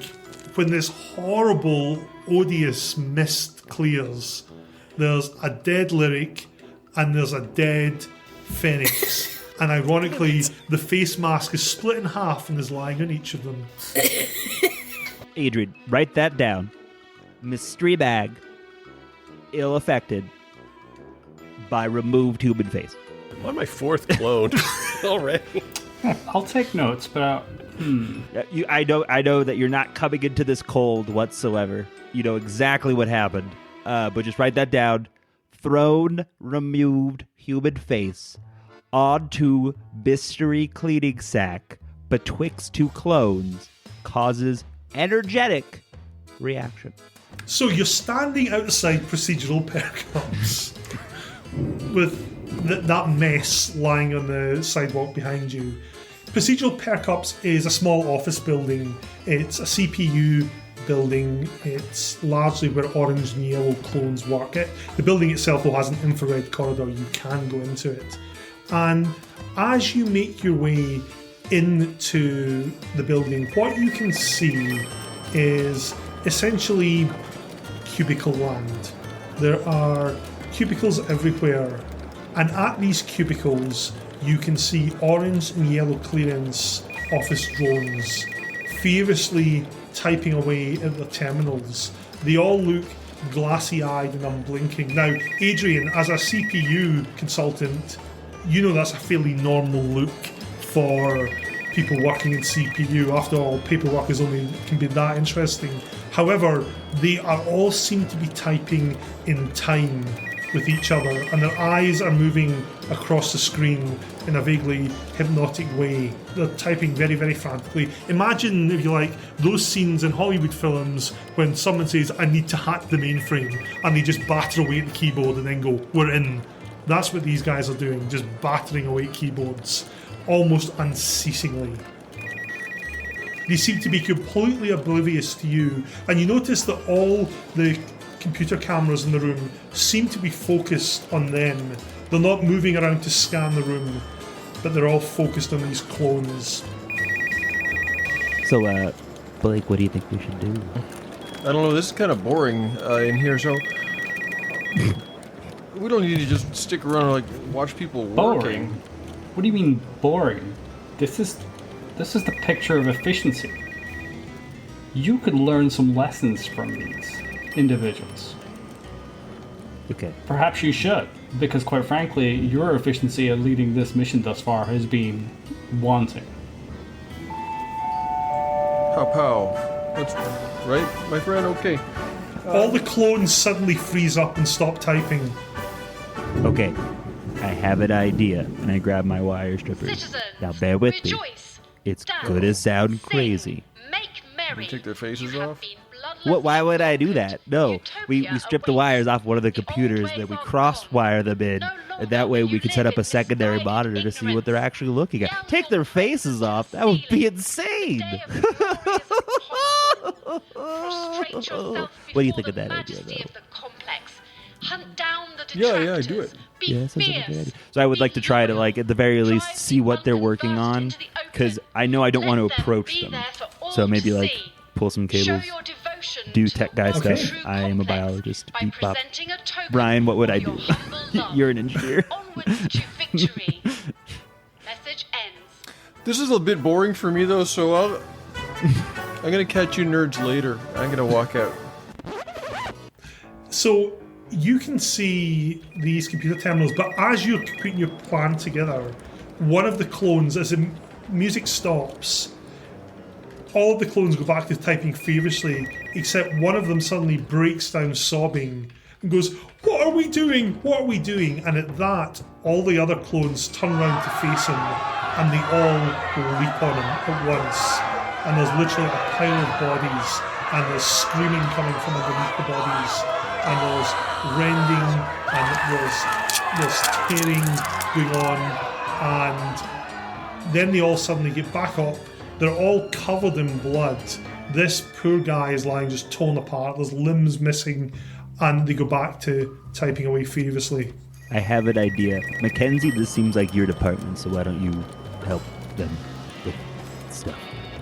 I can certainly help them with stuff, but man, I think they're beyond my help. I mean, I'll just kind of like walk That was over beyond your near help, him. my friend. You're the happiness I'm just gonna walk officer. over near him, and I'm just gonna like, oh, friend computer thinks you all might need some happy pills. I have plenty of happy pills. Who would like some? Kind of hold them out. One of them turns round to face you and says, "You have been bloodlessly conquered. Show us a token of your humble love." And then goes back to the screen and starts typing away again. A token of my humble love. Maybe like 2 happy pills then? I'm gonna give him a handful of happy pills. He turns back to face you. The old ways are gone. Utopia awaits. And he goes back to typing away. You can see on his screen there is a lot of... He's not like typing a document, but there is a lot of what looks like vaguely computery programming stuff there. Can you make a computer programming roll? And if you don't have that, if you can roll your software. In the dim memory of being at Troubleshooter Academy, you're pretty sure that what they're doing is they are trying to access another computer terminal, and you notice that they're all got the same stuff up on the screen, and it's almost like they're doing something in unison, that they're trying to access another computer terminal. And you can actually occasionally see the word comp node RYI flash up in amongst all this text. It's moving at an absolute rate of knots slow. I'm gonna walk back in now and look around and say, "You guys still just hanging around watching people work?" Like, well, like gave him a bunch of happy pills, but they weren't real keen on that idea. So, tried to take a look at what they were doing, and they keep, all I can see is it says like comp mode RYI on there over and over again. Yeah, I don't know. That sounds pretty boring. Should we just, go to a different room or something? What did they say to you previously, Mackenzie, about offering a blood sacrifice? What'd they say? No, I didn't hear blood sacrifice, but what they did say is that the old ways were gone. So that worries me. I don't know. I mean, for me, the old ways are still here. So I agree. Well, friend computer. and I'm happy about it. Are you there? Oh, that's concerning. Yeah, I've never seen that before. Hang on 1 second real quick. Did someone ask for a tribute? And I'll kind of say it behind Sing, make Mackenzie merry. to see if any of them react. Bloodlessly conquered. Utopia awaits. You've all frozen The old completely. ways You've are stopped gone. tapping No away at the longer computer. will you live in Okay, so they are misguided looking for a ignorance. tribute. Yell your Lido praises Burrito. to the ceiling. The day of glory is upon I have a us. You notice that the one next to Prostrate Mackenzie yourself is before the slowly majesty of the turning his complex. head Hunt in down Mackenzie's the direction. detractors. Be fierce. I have an Be idea. loyal. Drive Mackenzie, the do you have a bunch of unconverted happy into pills? the open. Let I them have be always there have a for bunch of all happy to pills. see. Okay. Show Eat your as many as you devotion can, to real the quick. one true complex by presenting a token of your humble love. Well, I'm pretty happy. I don't think I need to eat a lot of them. I think you should probably eat a bunch. Just really suffuse your your body with them. Here, you have a few. I'll have a few. The one nearest to Mackenzie leaps up out of his seat and launches himself, and he's opened his mouth wide as if he's trying to bite Mackenzie. Mackenzie, what are you doing? Well, they still have my blaster out from when we came in, correct? Well, you didn't say you had your blaster out, so are you going for your blaster? Mackenzie thinks about what he's doing. Charlie, what are you doing? I shoot Mackenzie to see if gorging themselves on his body that is suffused with happiness pills will cause them to be calm. Adrian, what are you doing? Looking for a vacant computer. Okay, there is one right next to Mackenzie because the operator has jumped out the seat. Conveniently. Because you shove Mackenzie out of the way and go and sit down at the terminal. Blake, what are you doing? I'm gonna throw my long hair back and say, friend computer, we got a situation here. Excellent. Game over, man. As this is all going on, you're tackled to the ground, Mackenzie, by this ravening madman. But at the same time, Charlie, can you roll your energy weapons, please? Can do, good buddy. Pew. Charlie laughs maniacally and fires a laser blast that just cascades around the Not maniacally, room. more like I have an idea, and then I look straight at his face and Shoot I the miss. ceiling. Adrian, you sit down at the computer. Do you have the skill operating systems? No, but I have a skill software. Excellent. You may roll software. Or hacking.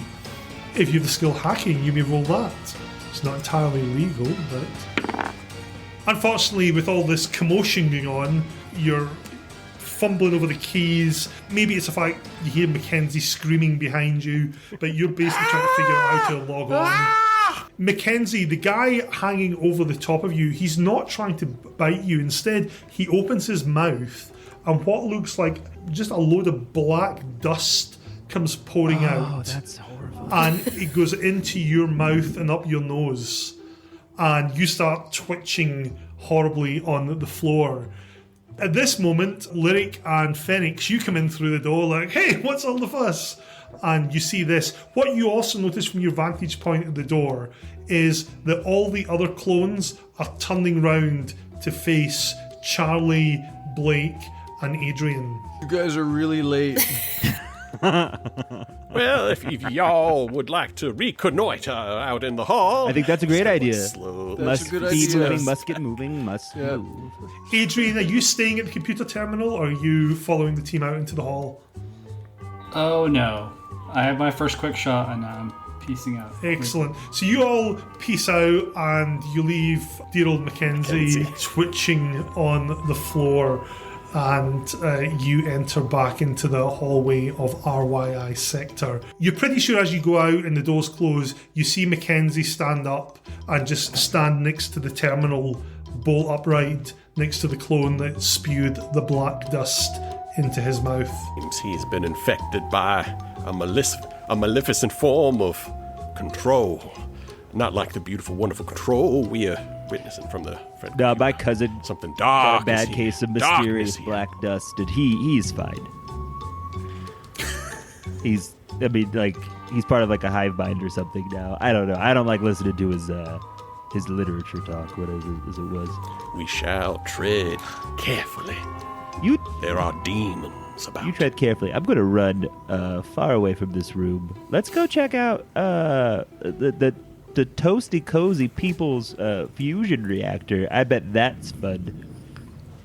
That's a good idea. Let's go and check that out. I think we're pretty much done in the other room, right? We're pretty much done there. Which room is that? Was that procedural perk-ups? Yep. Literally room number one. Kenzie's definitely perky now. Work's done in there, so good. Okay, next.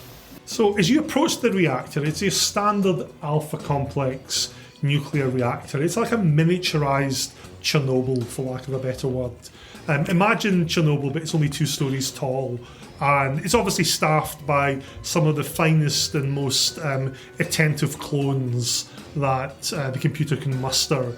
And they're responsible for all the power that runs through RYI sector. And those of you who are in power services, you know these reactors inside out. You've worked in them before. And as you go inside, there's a small reception area. And then just beyond a set of glass doors is a large room that has panels with lots of flashing lights, and there's half a dozen clones there in power services uniforms, turning dials and pulling levers and making sure that those gauges that indicate the amount of radiation that the citizens of RYI sector are receiving stay in the moderate to acceptable zones. Down underneath, you can hear the throbbing of the mini nuclear reactor itself. The receptionist smiles up as you come in. You notice that she's wearing a orange clearance uniform. There's a little bit of blood. Her hair looks a little bit wild, and maybe that's human flesh under her fingernails, but she smiles brightly as you come in. Welcome to RYI Sector, People's Toasty Fusion Reactor. How can I help you? Excellent. How many Ronkin? Like 300? Like 300 Ronkin? Not so bad. Not so good. Anyone? Chernobyl? Yeah, I get it. Yeah. 300 Ronkin. Not so bad. Not so good, but not so bad. Well, my fair lady, we are just but humble zealots looking for something to do in this complex.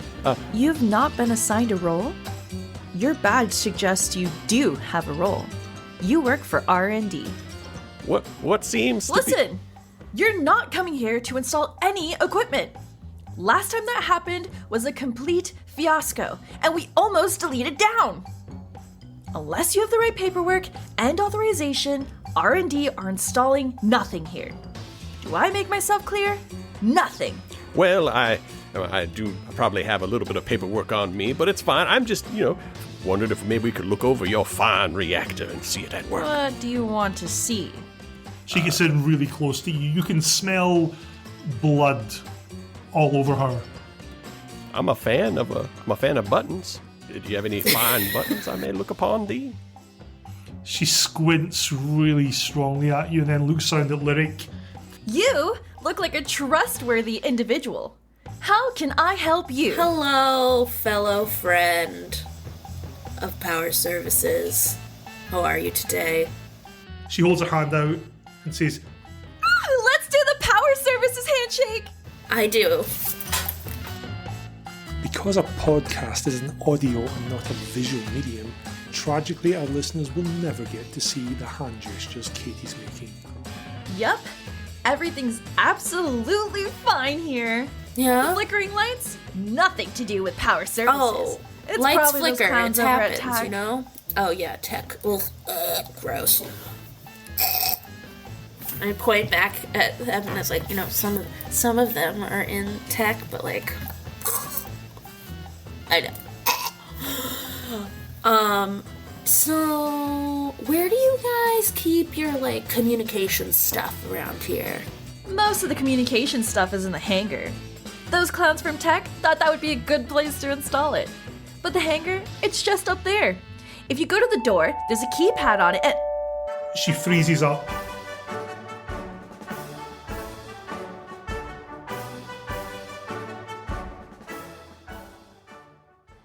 Citizens, This rejoice. noise also seems to go off, Sing. and lots of red Make lights merry. start flashing. You have been You notice all the Take a few clones steps back. in the control room have slumped over their I'm also console. gonna take a couple steps back. misguided ignorance. Yell your praises to the sea. Do any of these lights look familiar to me as a power services Yeah, person? if you make your nuclear engineering roll, Oh god. Detractors. Could I make one as well? yeah. Loyal. Drive the unconverted into the open. So, Katie, you think this is an imminent meltdown. Ryan, you think this is just a test. You notice all the lights are flickering. This is Katie asking, so I'm just seeing like negatives and zero. You don't know the rules. Okay, so we do not know whether the rolls are good or bad. Nope. No. There are rules. As the music ends, the clones in the room snap bolt upright and all the lights go back to normal. They stop flickering, the alarm goes off. But the woman behind the desk launches herself at Lyric. Lyric, what are you doing? I am going for my wrench. Charlie comes in the room at this point, incidentally. He appears to be trying to hold up two halves of a human face over his. And he's got a badge on that isn't his. Mackenzie, you've come back at this point as well. Sweet. Adrian, what are you doing as you see this woman launch herself at Lyric? I'm kind of observing and taking notes of all the lack of hygiene from human faces and blood and such, and... Excellent. Blake. I have a 2-pound bag of Fizz Whiz. Is that some kind of snack food? Fizz Whiz is like popping candy. Poppy. Okay, Pop rocks. I'm going to. I'm loving this. I'm just gonna stand back and have a snack and watch. Okay, you stand back, have a snack and watch. Phoenix, what are you doing? I'm gonna start putting pamphlets like in the crevice of the door, the glass door, and I'm gonna put a pamphlet underneath her computer, like keyboard, and just if they have like a little magazine rack, I'm gonna put some pamphlets up just so people can So see. as poor Lyric is being attacked by a crazed woman, Charlie and Mackenzie come wandering into the room. Adrian appears to be scribbling in a notebook. Blake is eating a snack. Phoenix appears to be decorating. Lyric, if you would like to roll your wrench, please. You swing your wrench, and you swing it with such gusto that it flies out of your hand. Can the rest of you all roll me a d20, please? Oh, I hope I hit someone. Oh dear. That's not funny. Sorry. Right, okay, so this goes flying out of your hand, and you notice as Charlie and Mackenzie come swaggering into the room together, Mackenzie gets hit straight between the eyes by this and goes down with a sickening thud. Charlie, you notice there's quite a lot of blood coming out of his nose. He twitches a couple of times and then lies still. Meanwhile, you've still got this ravening mad woman on top of you. Blake, from outside, and Adrian, you hear this as well because you're not distracted with other stuff. You can hear the sounds of laser fire near where the comp node is because you're quite close to that now. Lyric, what are you doing now you've lost your wrench? Are my hands free? Yes, they are. I'm gonna bring them up and put the thumbs right into the eyes. Nice. Excellent. Charlie, what are you doing? I wave gingerly and amiably at the woman on top of Lyric as if to greet, and am whistling a happy tune as I go to use my newly acquired access card to gain entrance to the reactor. Okay, excellent. While of course, wearing my perfect face of... Perfect disguise, Yeah. yes. Adrian, I know what you're doing. Blake, are you doing what you sent me as well? Yeah. Okay. Phoenix, are you still busy putting your pamphlets all over the room? Oh no, when I see somebody, the equipment guy, going into the nuclear reactor with all the buttons I'm and not shinies, the I'm following equipment him. guy. I am. When I This is a when I see flawless Leatherface, representation. when I see Leatherface enter the nuclear reactor, you could bet your bottom dollar the R&D guy is going to be followed. Okay, so you go rushing after them. So, Lyric, can you roll either your unarmed combat or violence, please? I'm gonna go roll violence just because I like how that sounds better. It does sound good, doesn't it, saying roll violence?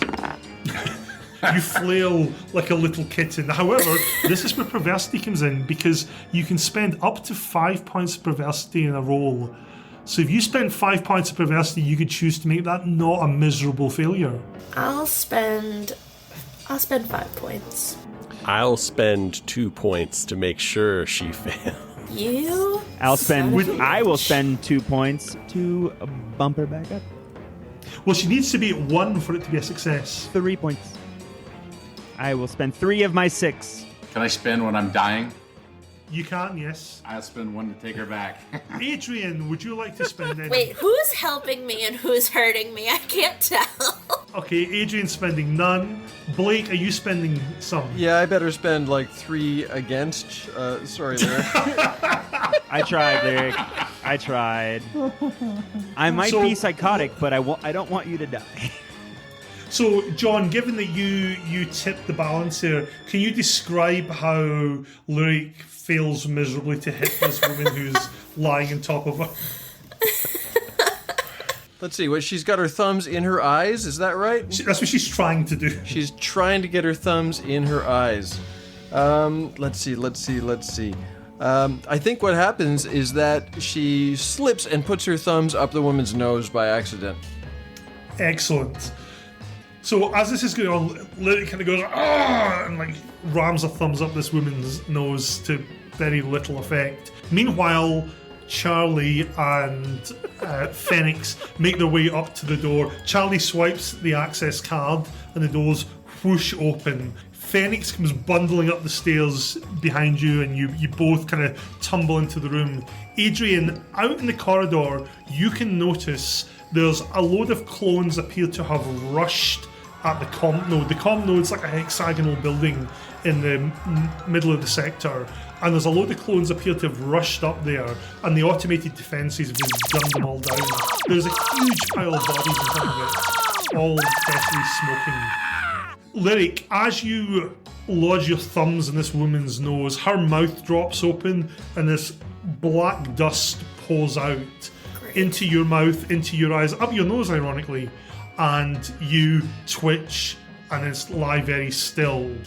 Meanwhile, there's like a childlike burst of laughter as one of the plastic plants in the room suddenly combusts in a shower of fizz whiz, and Blake yells, "Beast mode!"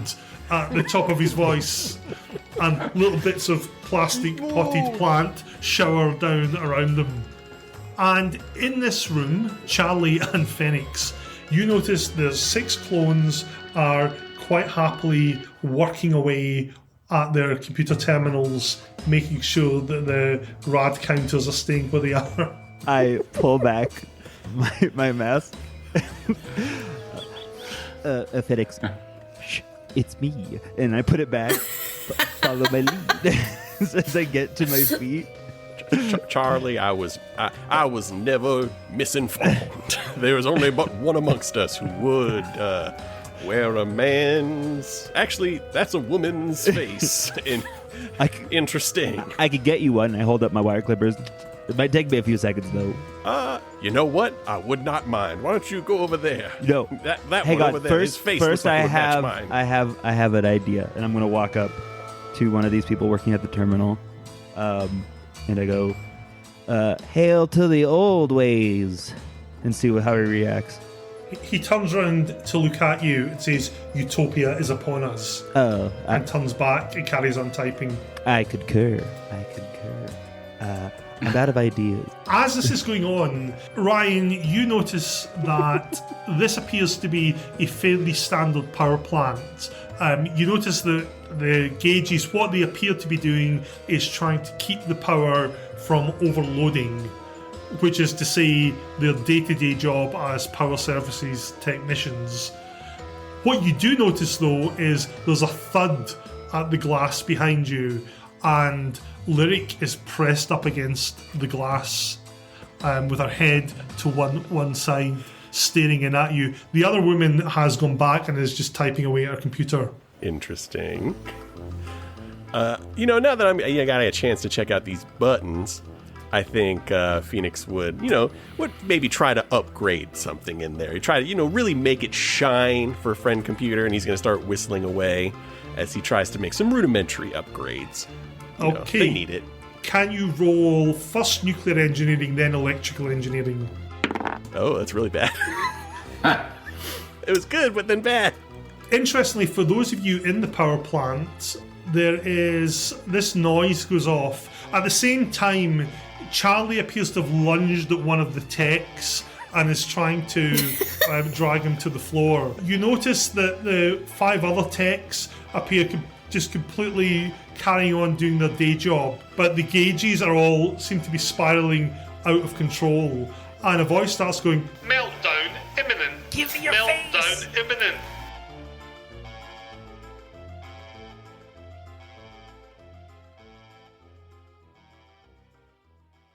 Charlie, can you roll violence, please? Full of it. Let's see what I roll. Show me potato salad.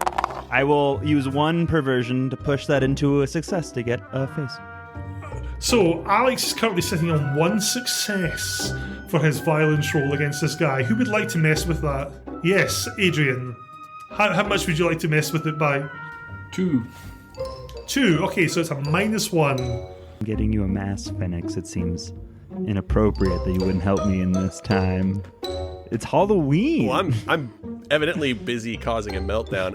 You know what? Sure. I'll give you 2 points if that helps at all.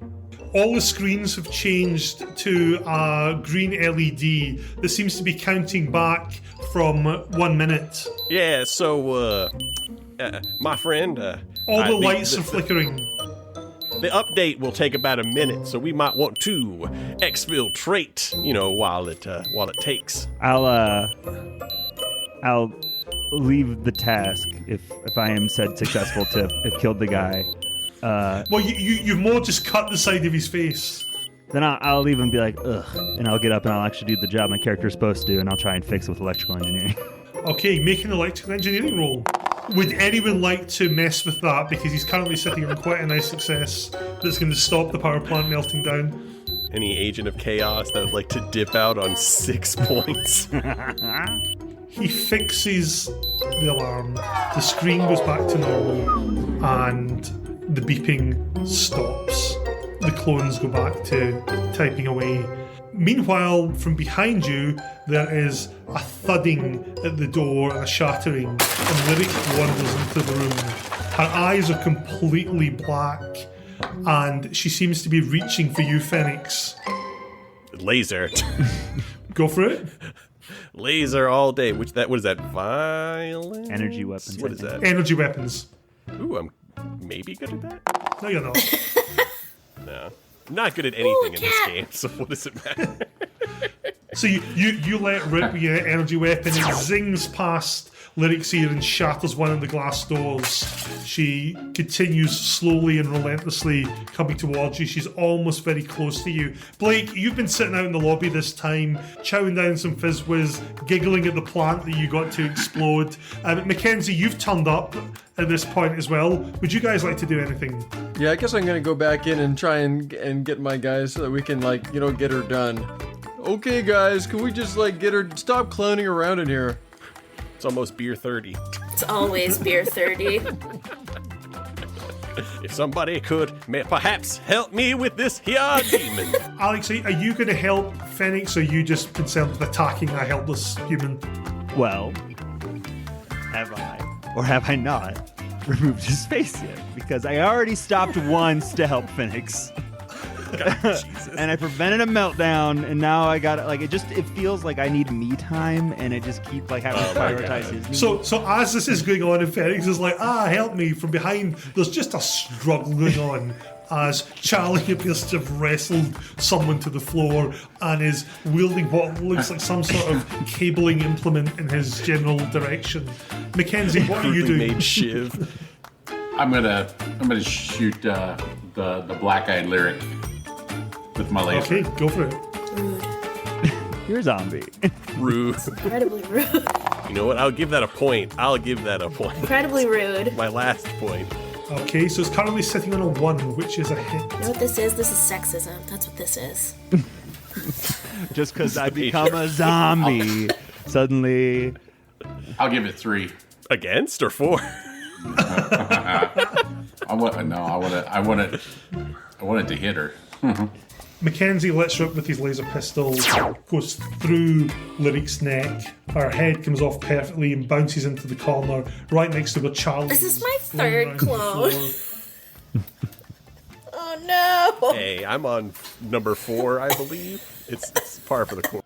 And the body slumps to the ground.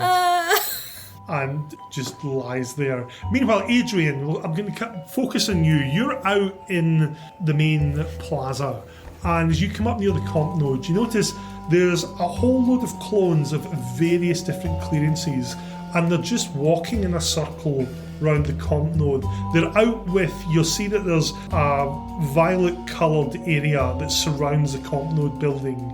They are walking the perimeter of that area in a perfect circle, perfectly in time with each other. Some are carrying wrenches, some are carrying hot torches, some are carrying what looks like cutting saws. Charlie would feel very at home there. And they're just walking in a silent circle around the comp node. There's also a whole ton of bodies piled up on the purple plaza. You can see that there's smoke coming off the automated defence turrets that are around the rim of the comp node, and there's just scorch marks everywhere. Some of the doors, there's like a door on each one of the faces to the comp node. Some of the doors bear scratch marks, cutting marks. None of them have been breached. The doors themselves are white, which indicate they are of ultraviolet clearance, and so you reckon they are ridiculously tough. Do any of the bodies look like even a vague general description of the missing folks that we came here to find? There are a big pile of bodies. You'd have to go and dig through them, which means standing on the violet area. Are any of them wearing the kind of colours that we're wearing? Oh, it's clones of all different clearances. You've got reds, infrareds, yellows, oranges. They're all walking in a circle. Maybe we should ask those guys. We should ask those guys if they see any other guys that look like us guys. So yeah, then okay. I'm gonna go and walk over and try and talk to them. Before Blake goes, it's, hey Blake, while you guys go talk to those guys, does anybody want to come with me and see if we can find John Y. RYI 5 in the broadcasting area? I've always wanted to meet him, and we're supposed to interview him, so anyone want to come with me and do that? I will be your faithful companion. Lyric, you have arrived. You can see Blake standing next to Adrian in the corridor. You can see Phoenix coming out of the power plant. You can see Mackenzie coming out. He seems to be trying to convince Blake of something. And you can see Charlie coming out, dragging your former clone's headless body behind him. Is leaving a very bloody smear on the ground. Okay, bear with me. I have another idea. This one doesn't involve faces. Can I borrow your wire cutters? Yes. I'm gonna cut my own. You're here. I'm gonna cut my own face off of my old body. Well, it's back there because I figured it felt redundant and a little weird, but you could do that. Anyways, we use her skin. I'm just gonna stop there. It's gonna get really awful or something. I don't know where that's going, but it's not good. Fade to black. Yeah, fade to black. Fade to black. Fade to black. So this conversation happens, and as the camera pans back in again, Lyric is just staring at Charlie, and the rest of the team are just staring at Charlie. And Charlie goes, "We'll do something else." Okay, I have another idea. And realizing he may have overplayed his hand, he's going to book it straight into the violet area and see what happens and just freeze once he crosses the threshold. Oh no. Charlie picks up a head of steam and goes tearing through this crowd that's circling the comp node and goes straight into the violet area. Now, none of you have ever seen a comp node before. You've never been in the presence of one. You know that it's where the ultraviolets do whatever it is ultraviolets do on the day-to-day.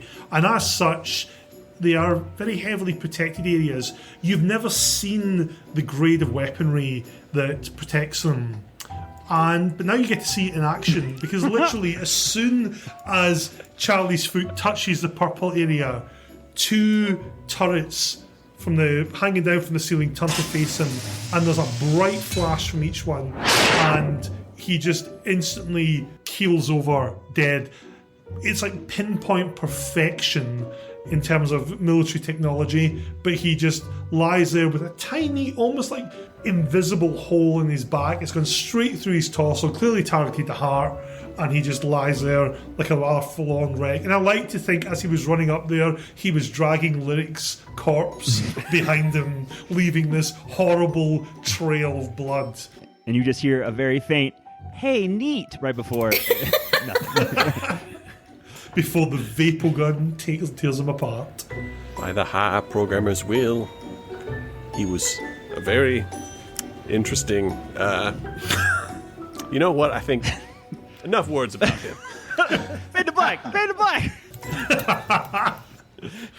So, standing round the comp node, there is this parade of maybe 50 citizens just walking in an endless circle around the comp node. And right to the north of the comp node is the hangar number 23134. Well, I was going to go with Mackenzie, and we were going to check out the studio, right? Yeah, the Defense Disclosure Broadcasting, right? That's where they filmed the Stitch on Your Neighbor thing. So we're definitely going to head in that direction, but I think we're going to take or at least we are going to take a detour. Absolutely. So I'll ask Blake, team leader, what's the plan? Well, I'm gonna try and ask all the people that are sort of milling in front of me, like, excuse me, okay, how about you? Okay, could you, okay. So that's mostly what I'm doing at the moment. And then the others, they're kind of, whatever they want to do. I've got this image of, you sometimes see in high school films where the track team are running around the track and there's a nerdy character trying to keep up to ask them something. That's what's going on here with Blake.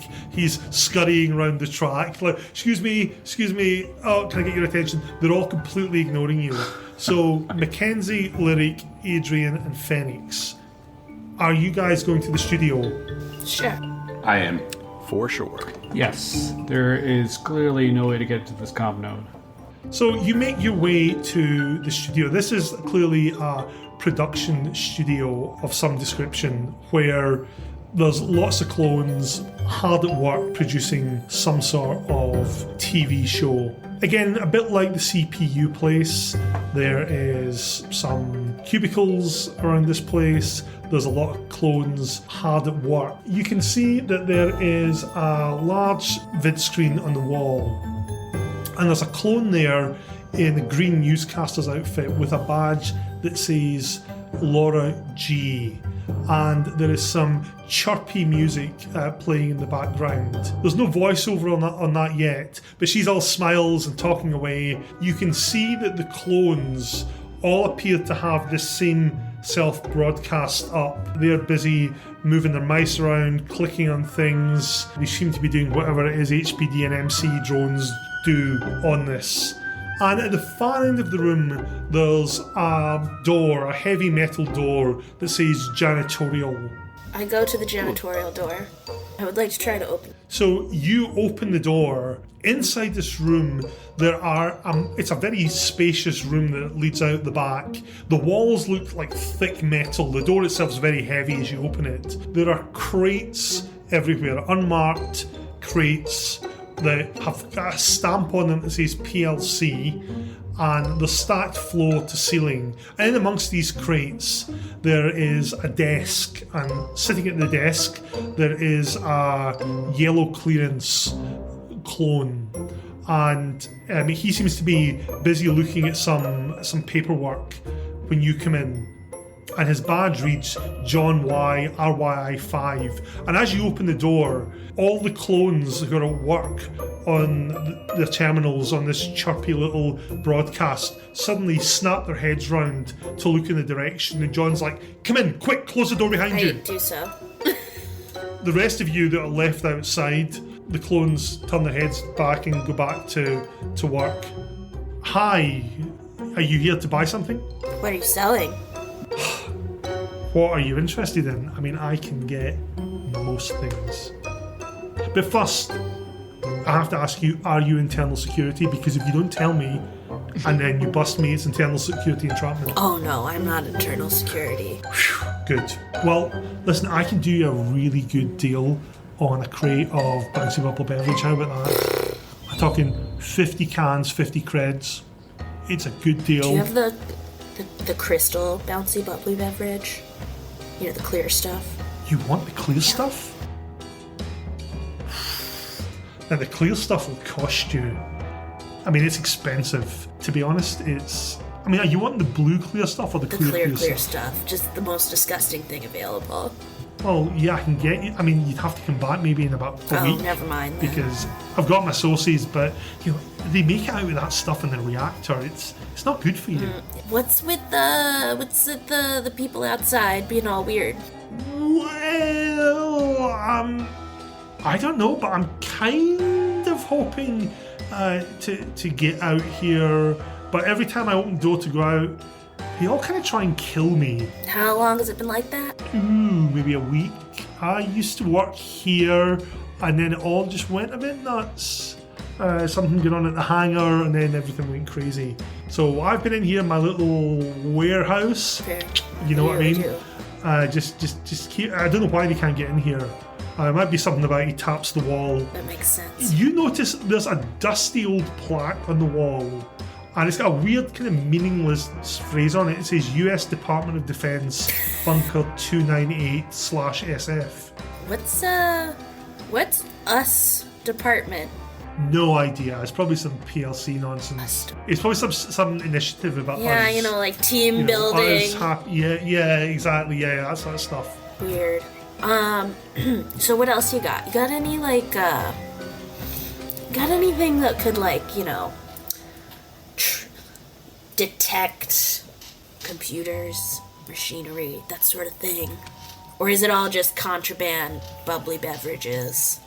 It's not contraband. It's goods. I provide a valuable service. You can buy this stuff in the complex, but I provide it at a discount to help clones like yourself. At that, he looks up and says, quick, get under the table, and he throws himself under the table. Under the table. The rest of you in the office, you see all the clones get up. They turn round and they march up to the janitorial door, and they all start in time banging on the door. Completely soundlessly the whole time, but they are banging on the door and just knocking really hard against it. Can we go see what's on their displays? Yeah, I'll go check it out too. So on the displays, it's this picture of Laura G. But what you notice is it differs from the screen that you see on the big screen with the chirpy music behind it. Because while that's got a generic kind of Alpha Complex background to it, this one, it doesn't have the background in there. Instead, you can actually see a sign in the background that says Silo 23134. You can see at the bottom it says broadcasting from Silo 23134. So this is like a live broadcast, and they're from the silo.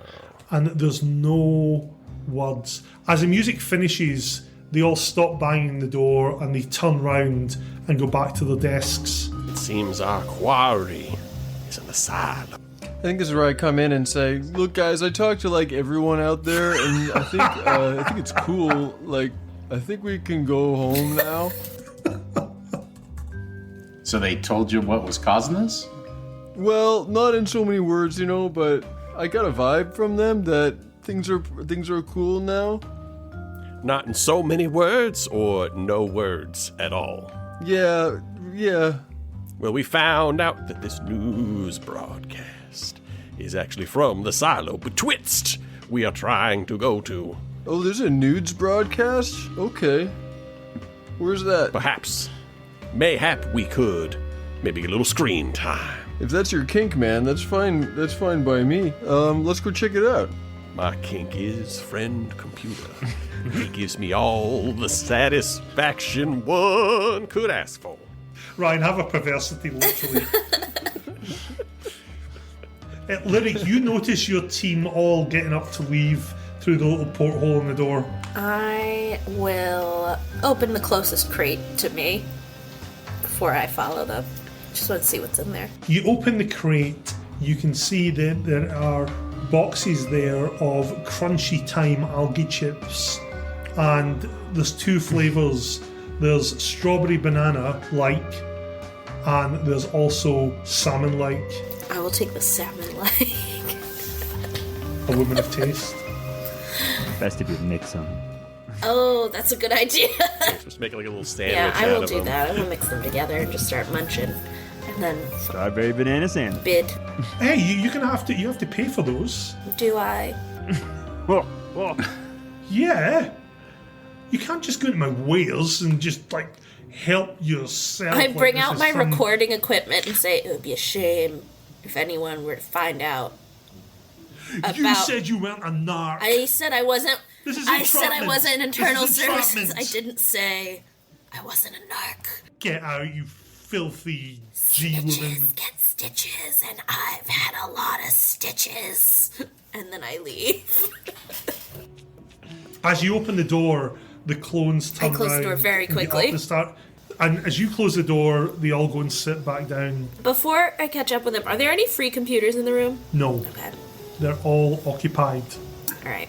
Then I will go and follow the team. So you follow the team up to the hangar. At the hangar doorway, as the rest of you get up there, you see that Charlie's actually got there before you.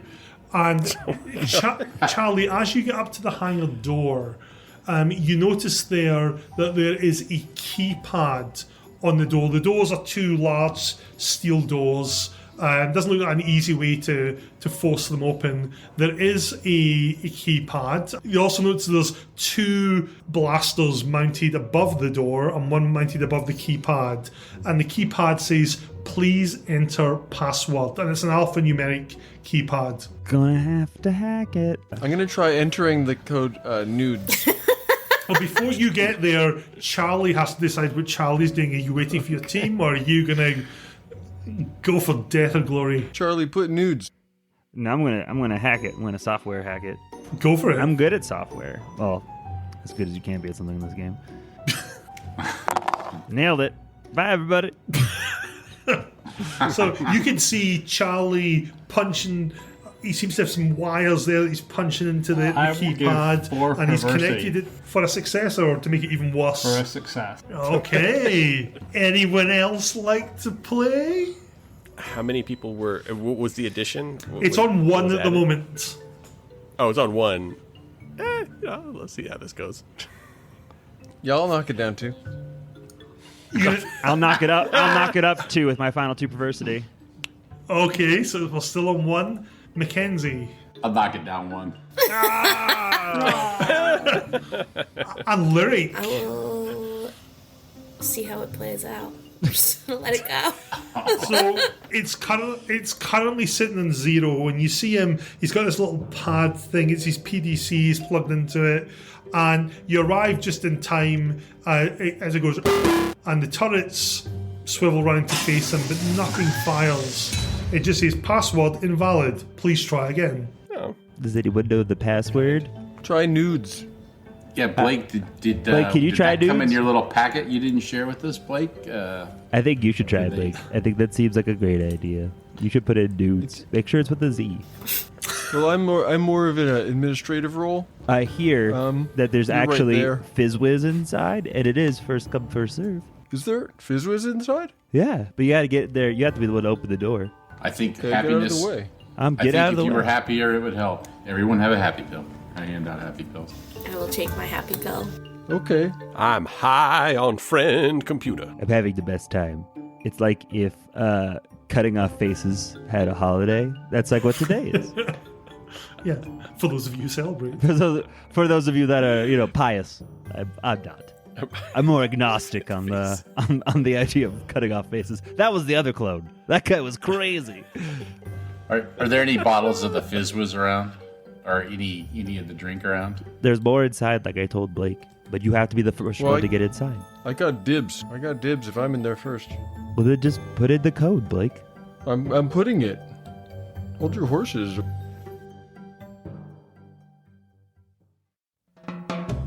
AlphaNet entry, Happy Pills. Our troubleshooters are going to start behaving somewhat strangely, well, which is to say, more strangely than normal. That's because they've all taken Happy Pills. As everyone knows, happiness is mandatory, and that's because your friend and mine, the computer, ultimately just wants everyone in Alpha Complex to be happy and enjoy their lives. To help with this, the computer has invented Happy Pills, chemical supplements that induce a euphoric state. Each troubleshooter team is assigned a happiness officer who's entrusted in monitoring the team's overall levels of mirth and frivolity and is authorised to dispense happy pills when they feel that unhappiness is impacting overall mission performance. In game terms, this means that happy pills tend to fill the niche found in other not fun RPGs, which is normally occupied by nonsense such as magic potions. I know, the very idea is ridiculous. Whereas in these other not fun games, potions will lead to characters having increased strength, resilience, or will otherwise imbue them with magical powers, Paranoia's happy pills, well, they don't do any of that. They alter a character's mood. Technically, they make them happier, but there can also be some other unexpected side effects. Anyone who suggests that happy pills are simply an excuse for a Paranoia GM to foist ridiculous character traits upon his players is a filthy lying commie mutant. The computer is your friend.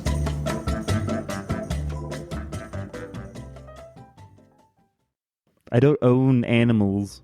Not a strong speller.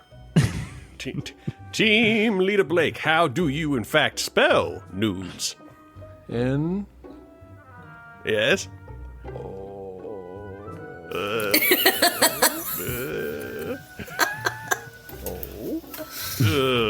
Okay. D.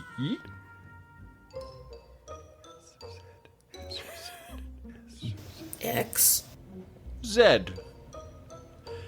Enter. That's the That is stupidest thing I've ever heard, Blake. Spelling ever. Just the absolute worst. I think it was a great idea, Blake. Let's see who's laughing when the doors open. Okay, so Blake taps away on the keypad. Who's standing near Blake? When a Paranoia GM says something like this, it's amazing that players who were previously giving advice over shoulders will immediately tell you that they're very, very far away from this player. That be. I'm towards the back. Not me. Even though I'm laughing hilariously at that spelling still. I won't stop laughing. I'm backing away as I laugh hysterically. After seeing the guns cocked in position, I'm at a distance. See what I mean? Spineless to the last. Blake, can you roll agility or violence if you don't have agility? Oh, that's spectacular. So this is probably one of the sorriest things you've ever seen in your existence.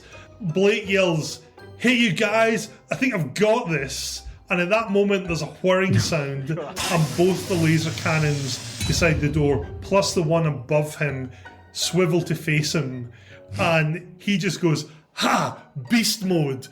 and goes to leap and falls over his legs, rolls, and is just annihilated by these three cannons.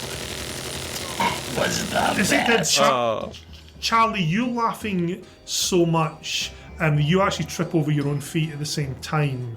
everyone else who's not tripped over or been gunned down, and also who isn't Lyric, can you roll high alert or stealth for me, please?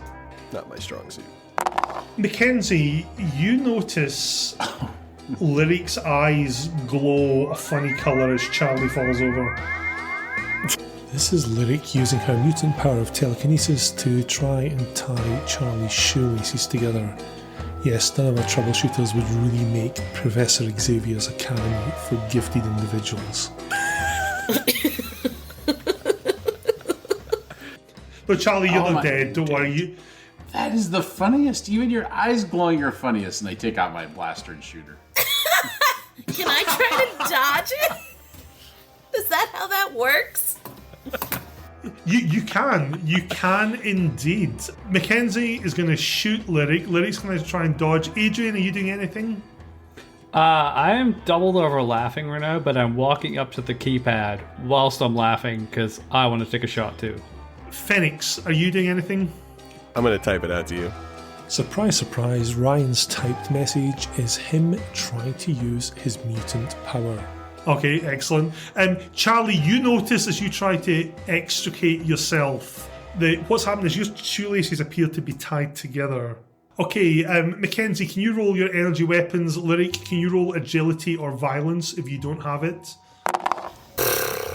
Right, lots of fun stuff happens. Mackenzie lets rip with his laser pistol and misses. It zings off the hangar door. Lyric tries to do a combat roll and barrels into Charlie at the same time.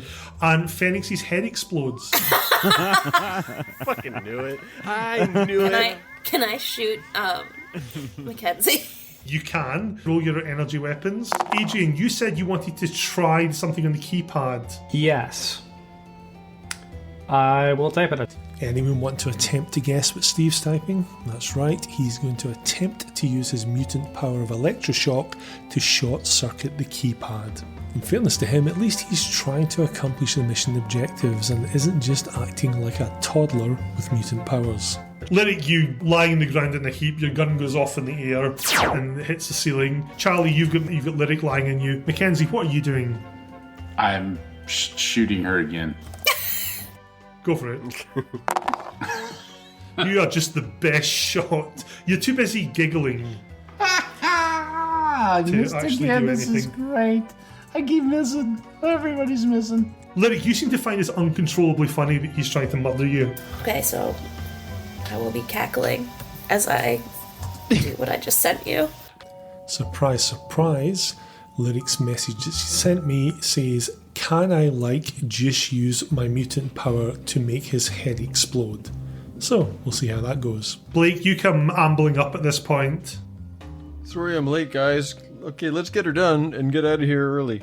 Whoa. The rest of you all notice, Mackenzie fires again, misses, wets himself laughing, doubles up. Lyric stares really hard at Mackenzie, and you all see at this time her eyes glow a bright golden colour. And at the same time, as this is happening, there's a sort of electrical shorting from the panel, and Adrian jumps back looking alarmed, but the hangar doors start to slowly grind open. Did you see that? Oh, I turned back around like, wait, what are you all lollygagging for? Perfectly good faces are just being destroyed everywhere. I'll get up and I'll go into the silo. Okay, so you wander into the silo. Coming through the doors, you see dominating the hangar is this massive missile. This thing stretches up the entire length of the hangar. It has huge thrusters at the bottom. There's a whole network of gantries around it, and it ends at the top of the ceiling, in which there appears to be a round metal disc. And down the side of the missile, it says LGM 30G. And there's also this weird little symbol. It's like a rectangle, and the top quarter appears to be another little rectangle that's blue with all these little stars in it. And across the main rectangle, there's 13 stripes, some of which are white, some of which are a sort of faded pink looking colour. There's also, off in the top left-hand corner of the room, there is what looks like a control room of sorts. You can see there's a plastisteel glass window there, and the doors are sealed shut. There's laser cannons mounted above them, and there's half a dozen dead army goons on the floor in front of this door. The tiles are all scorched by lasers, and there's a single scrub bot valiantly cleaning around them. You can see through the shielded glass an ultraviolet high programmer who appears to be turning over a series of playing cards, and on these playing cards there appears to be printouts of you doing various things around the sectors. So there's a playing card that has Lyric being attacked by the women in power services. There's a playing card where you can see Mackenzie being attacked by the guy in CPU. There's a playing card of Charlie taking someone's face off. There's a playing card of Adrian being electrocuted by the door. There's just several playing cards of Blake chatting to people walking around the silo. And there's various playing cards of Phoenix holding his hands up looking dramatic in various different positions. You can also see that there's a computer terminal with just lots of stuff scrolling up and down, and there's some other screens that seem to be showing various different happenings around the sector. You can see the people walking around the silo, you can see people working in the power plant. Also, there's a dusty plaque in the wall that says 342nd Missile Wing San Antonio. The final thing in the room is there's a walkway around the missile itself. This walkway has an elevator that leads up onto the first rung. There's also some ladders that lead up there. And there's two armed forces goons standing on either side of the elevator. They appear to be completely stationary. And in the platform above where the elevator leads, you see that woman that you recognise as Laura G. She's plugged into a terminal. And when I say she's plugged into a terminal, she's literally got wire coming out of the terminal that's plugged into her ear. Her eyes appear to be glowing green in time with all the data is scrolling in the screen. And standing on the platform, there's 4 other people wearing HPD and MC uniforms who are completely stationary. As you get into the hangar, the doors automatically grind shut behind you. All praise be to the Ultraviolet. We are here but humble servants in the guidance of friend computer. How may we assist thee? Nothing from anyone here. We must walk our own path. I see your wisdom is infinite. This missile is like huge. Huge. I wanna just start walking around it admiringly. To go all the way around. Blake is not obviously just admiring it. He's walking around it so he can spray paint rock solid on the side. Rock spelled R-A-W-K, obviously. So you start wandering around going, wow, yeah, this is huge. Lyric collapses to the ground with blood pouring from her ears and her nostrils, and her eyes seem to be glowing red before they bust. Pushed the envelope too hard, didn't we? Phoenix is right, she did try and push the envelope too far. In this case, she tried to use her mutant power to push Laura G off the platform and failed spectacularly. Still, at least she wasn't trying to kill her own teammates this time, so there's that, I guess. I want to take another happy pill and just giggle. As Lyric dies, you notice the 2 guards at either side of the elevator turn to briefly face her and then turn back. They're just looking straight ahead. Oh my god, am I on my last clone? No, I have one more, I think. On my second to last clone. I guess I will walk towards the control room? Is that accessible on this level? Or yeah. It's on the ground floor. As you're walking towards there, you can see Blake's feet behind, sticking out underneath the missile where the sort of thruster things are, and you hear a hissing sound. God. I guess that will draw my attention, the hissing sound from that. Do I see what's going on?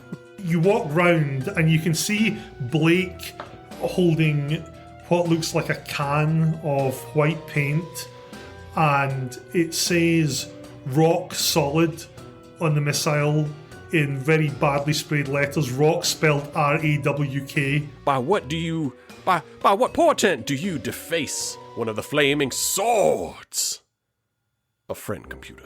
I think I better spray Phoenix in the face with my paint.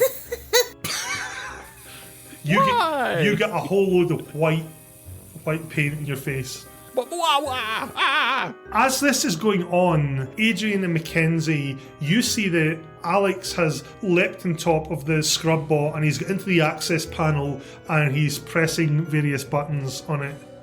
Charlie is attempting to program the scrub bot to go up to the elevator and treat all military personnel as unclean and to clean with great prejudice. That guy. The scrub bot doesn't appear to be resisting. What do you think he's doing? I think you just let him do his...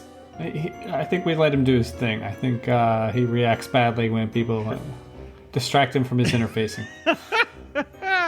I will continue to walk up to where the high programmer is. So you walk up to the glass. The glass is probably 10 feet along. It looks absolutely solid.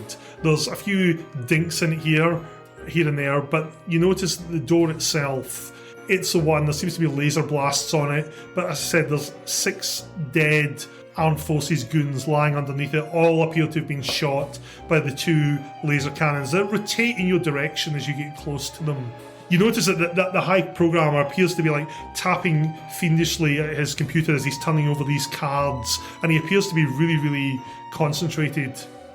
Okay, I will back off and then I'll knock on the window and sort of just wave goofily at him. He waves a hand over his shoulder in a begone universal gesture. At that moment, Charlie jumps off the scrub bot, clearly confident in whatever maintenance he's done. He stands down, dusts his hands off, and the scrub bot goes hurtling towards the 2 people by the elevator.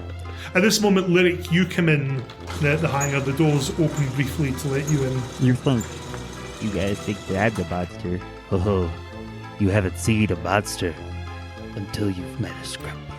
So this little scrub bot goes towards the 2 people at the elevator. They do not move until the scrub bot reaches out with a wire brush attachment and slams it into the kneecaps of one of them, and he goes down to the floor soundlessly, actually. And at that moment, the scrub bot's cleaning, buffing attachment comes down onto the face of the guard, and there's a horrible whirring sound.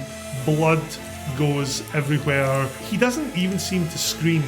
And as that goes on, the other one pulls out his laser and shoots the scrub bot. It makes that noise R2-D2 makes when he gets hit by a laser in Star Wars, and shoots back against that. Thank you, Perversity, for that noise.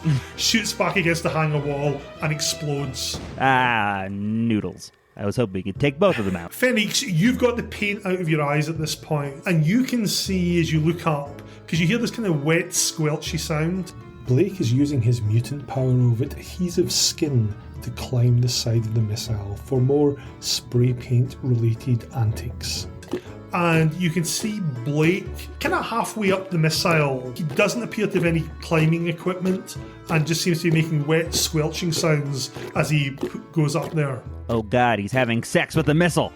What profanity! And I'm going to take my laser out and attempt to shoot. Charlie, you feel Mackenzie pat you in the back. Mackenzie has slapped a sticker onto Charlie's back saying, "Go forklifts."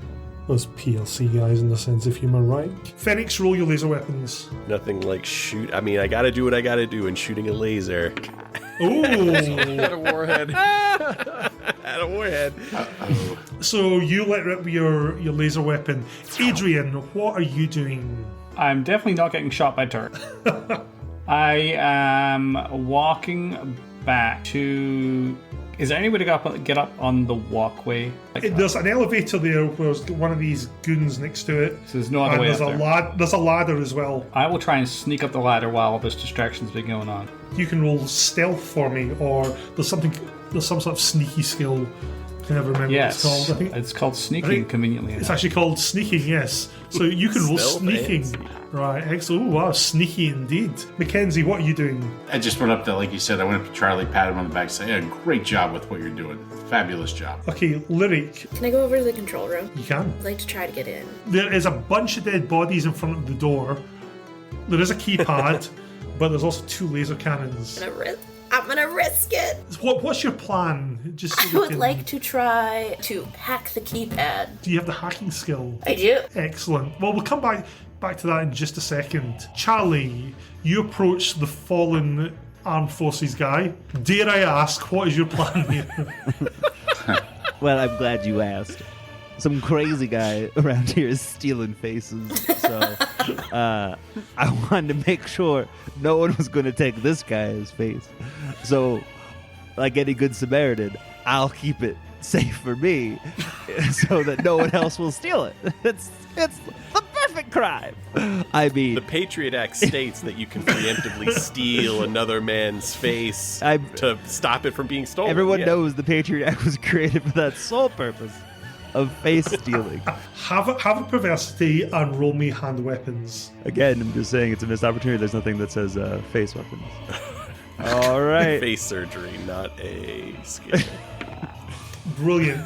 So, a lot of things happen here at once. Phoenix fires his pistol.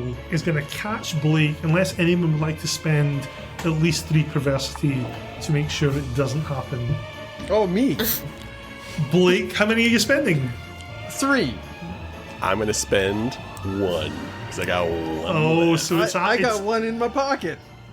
And I got one that says Blake is going to make it. We'll offer 1. Lyric, who are you giving your perversity to? Phoenix. Charlie. I wanted Blake to go down, so. You're leaving it as is? Yeah, I'll leave it as is. Adrian. Oh, I'm doing nothing. Mackenzie. I'm good. Okay, so this shot rings out and it clips you in the shoulder, Blake. Now that wouldn't normally be enough to kill you because you're wearing your reflect armor, so a bit of that is like zinged off elsewhere. However, you're hanging off the side of a nuclear missile at the time. Can you roll me agility, please? If you don't have agility, roll violence. You're at a disadvantage here because you've obviously just been wounded. You die. That's the. Oh yeah, okay. As this hits you, you're like, this is not enough to take the ultimate beast down, and in that moment you lose your grip and you plummet off the warhead and you land in Phoenix's feet. Phoenix, you actually noticed that he was in the middle of spraying something at the time, and there's just the letters HOWZ there, and then just a long trail of spray paint down the side of the warhead. As this goes on, Charlie leaps at the guy on the ground, unable to contain himself. And at that moment, the other guard turns to Charlie. Charlie is distracted and rolls out of the way. However, this is a perfect distraction from our very sneaky Adrian, who then makes his way up the ladder onto the gantry. As this is happening, I believe, Lyric, you said you're on your last clone. I think I'm on my second. You plug in your PDC, your personal data communicator, into the pad to go and hack it. Can you roll your hacking, please? I might regret Just this. making sure you have an extra life before you. So, Katie, would you like to describe what happens when these 2 high-velocity laser cannons right above your head train themselves on you and open fire with pinpoint accuracy?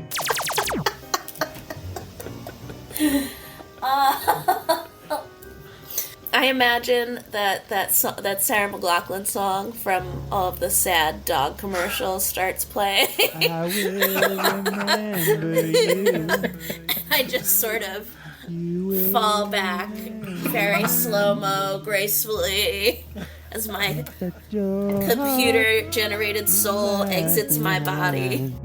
So in Lyric's mind, that's what happens. The reality is less pretty as these 2 laser cannons just sear her head off as she collapses in a pathetic smoking heap to join the armed forces goons. Now, meanwhile, up on this platform, what you can see there, Adrian, is there are 4 HPD and MC goons. At the computer, Laura R is typing away. However, as you get to the top of the hangar, Laura R turns round to look at you. Her mouth opens wide. And that sound that you've been hearing the whole time, this appears to be coming from her mouth and not from the speakers. She's not moving her mouth, she's just opening it. And as she opens her mouth, you can see a stream of this black dust comes out of the mouths of the 4 HBD and MC techs, and it floats down into the body that Charlie is wrestling.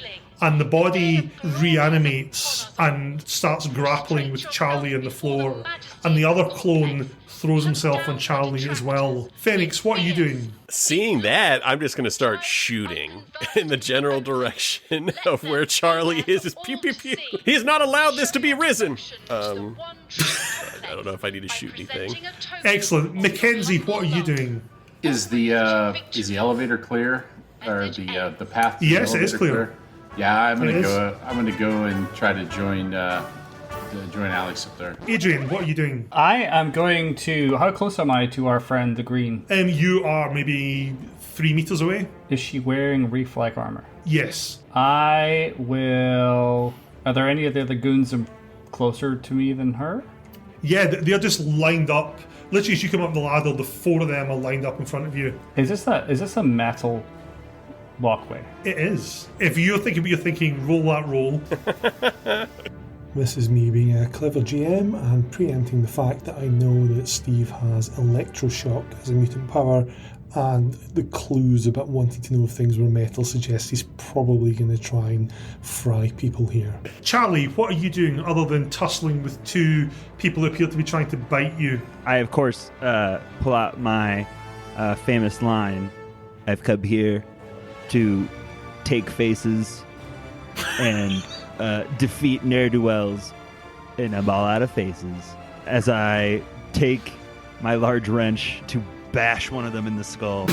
You can roll your hand weapons for that.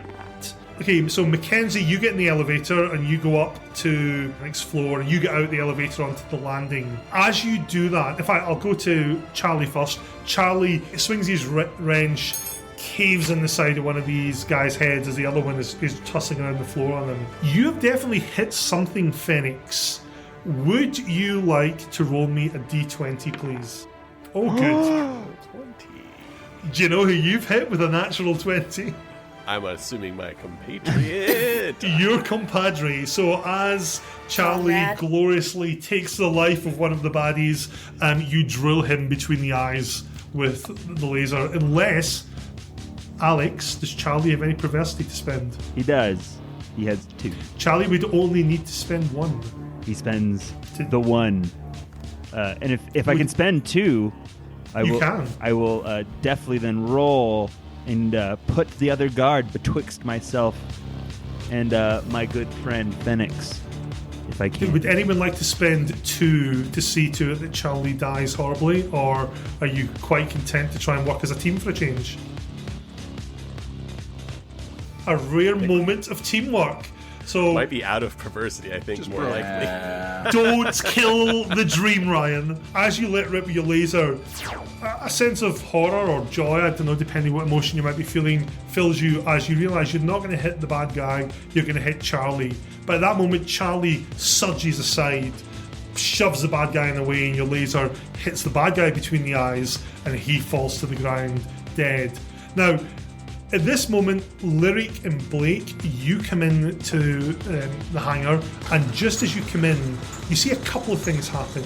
You see Mackenzie triumphantly get out of the elevator at the top and stand there heroically with his pistol, and there's a strangled yelp from Adrian, a shower of sparks that go up off Adrian's hands, and Adrian plummets off the ladder and lands with a nasty thud on the ground, and his neck twists in a way that neck shouldn't twist. But at that moment, the entire landing lights up with an electromagnetic display.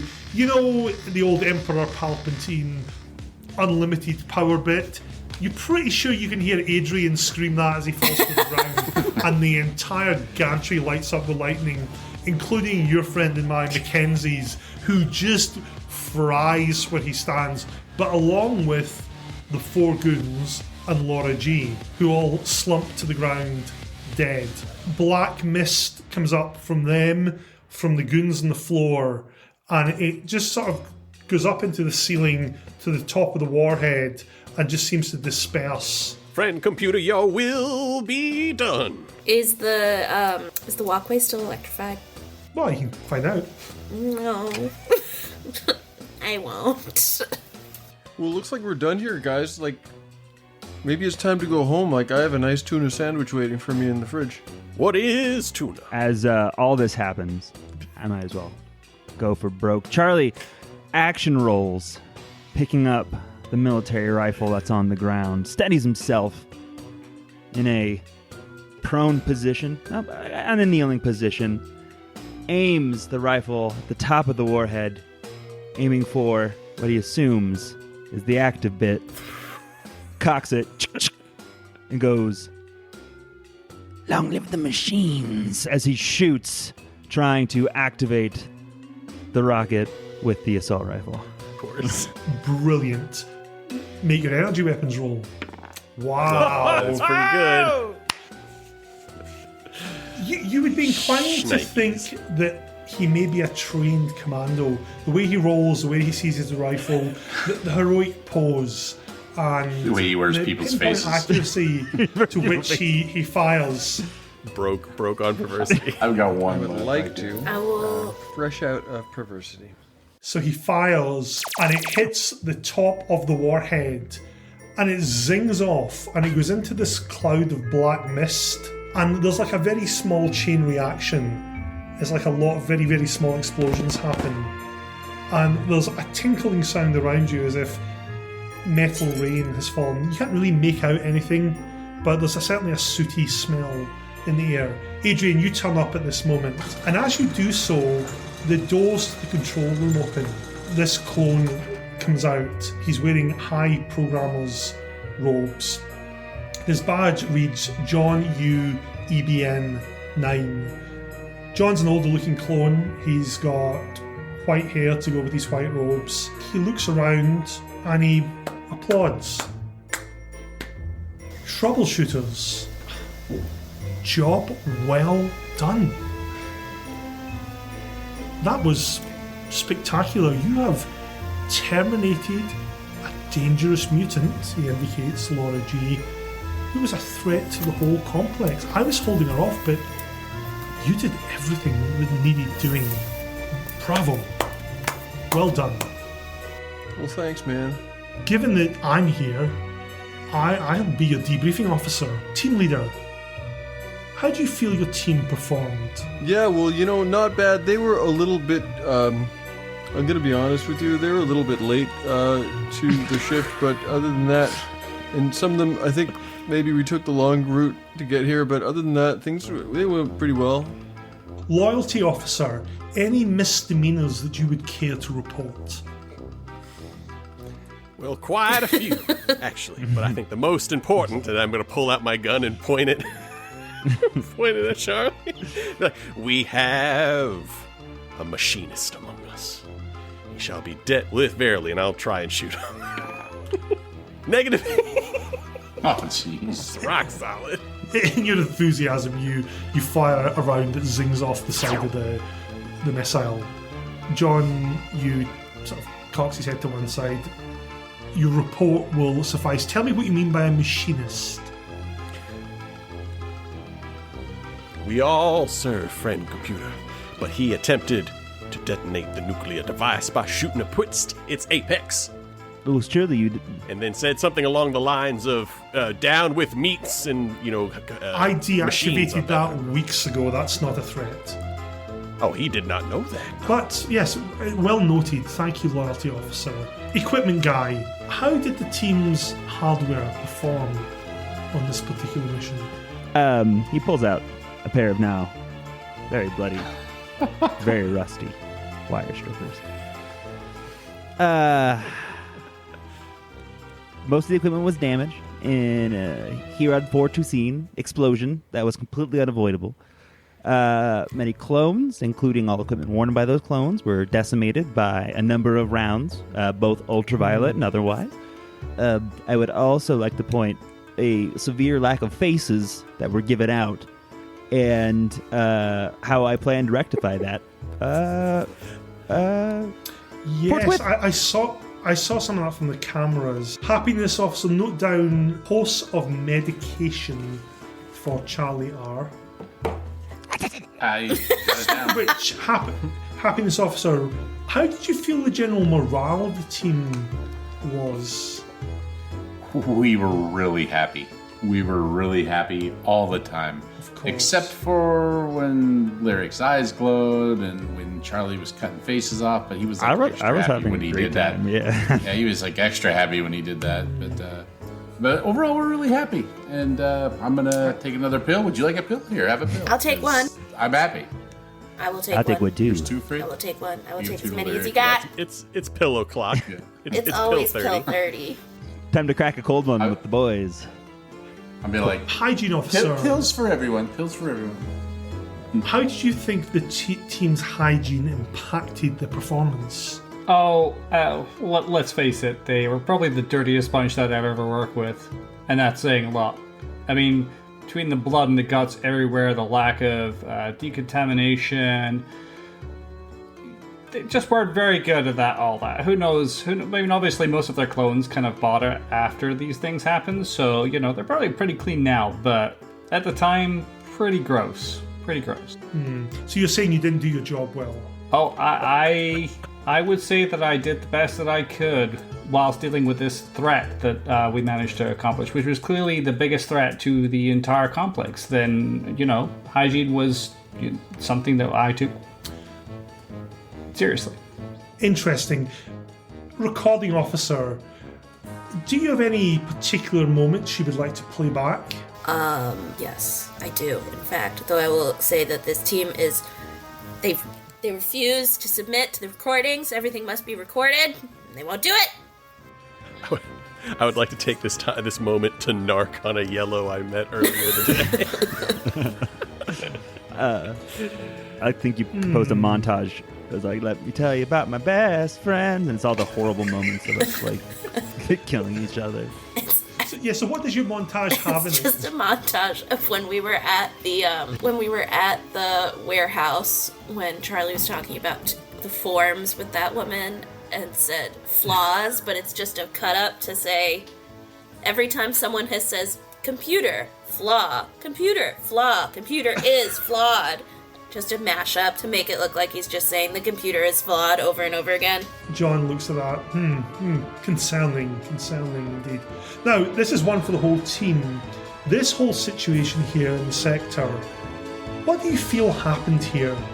What did you see? No regard whatsoever for hanging out, kicking it with the bros, chilling, chillaxing, and no one has responded to my birthday invite still. We had time on those trans bots. I know I'm on red. I can see the status of the emails, guys. It's pretty embarrassing. We saw what Friend Computer wanted us to see. We are now enlightened individuals by his grace, by his beauty, by his majesty. That sort of thing. Onward and such. Excelsior. I pretend to trip, and my laser goes off, and I shoot Phoenix. Go for it. If this was my last clone, I would be not amused. But it's not your last clone. I'm not a monster, Ryan. It's not. I knew it wasn't your last clone, maybe. Or maybe I didn't. I don't know. I've seen you be Yeah, Alex would have done it if he was your last Honestly, clone. I probably would have too. Oh, wow. That's pretty good success. That's critical. Oh no! Katie, as you fall in a sort of way, describe what happens to poor Fennec. Just. Can I just say this is the best role of the game apart from... In fact, it was better than Alex's heroic combat role. So you've earned this, Katie. Thank You've you. earned this. It's going to be a very dramatic sort of one of those 19-second falls that you catch yourself, but then you slip, and then you catch yourself, and you're just stumbling. And then I sort of aim very perfectly at the last second, and I think it's just gonna go right through the ear and out the other side. Everyone, my best friend from college. Round of applause. I was in his wedding. So as Lyric picks herself up, like, oh dear, there's been a terrible accident. John Yu seems completely unmoved by this, and he just looks at Lyric and says, have you finished? I'm very clumsy. I'm sorry. It was an accident. What do you think happened, Lyric? Here? Yes. Only the computer knows, sir. Only the computer knows. Well, I guess with Phoenix, you could say that sometimes things go in one ear and out the other. And then he freeze frames. Like the end of an episode of Cheers. Like, but obviously... Filmed before a live studio audience. The rest of you, team leader, what do you think you've seen here? You know, it's just kind of it's just a regular old work day. You know, we took care of business, and we're going to go back and have a nice tuna sandwich. Team played great.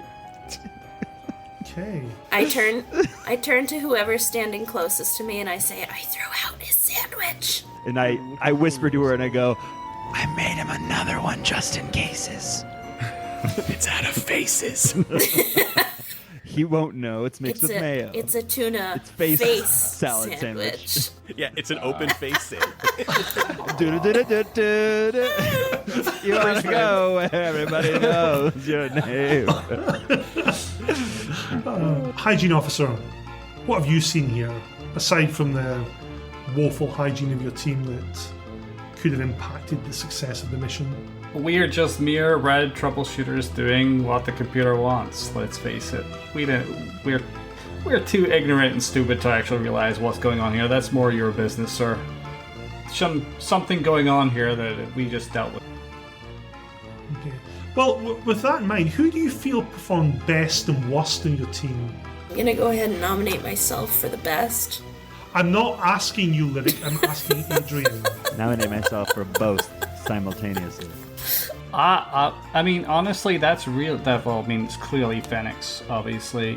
You know, I mean, honestly, Phoenix was the real happiness officer, keeping the morale up, I would say. And who was worst? Probably, let's face it. That'd probably be our team leader, but let's face it. He really couldn't find his way out of a paper bag. Team leader, how do you answer that? Who do you think was your best team member and who was the worst? Well, yeah, I don't like to blow my own horn, but that I am the team leader, and this is a successfully led team today, so I think that speaks for itself. But also, I think that most of the problems that we experienced could be attributed to power. So. Or powerless, as we like to call them. Lyric, I think probably was maybe the weak link in the chain, and but I held it together, Quite. Lyric, how do you answer that? Who was the best and who was the worst? I think that we all contain multitudes, so I think that I am going to say that I was both the best and the worst.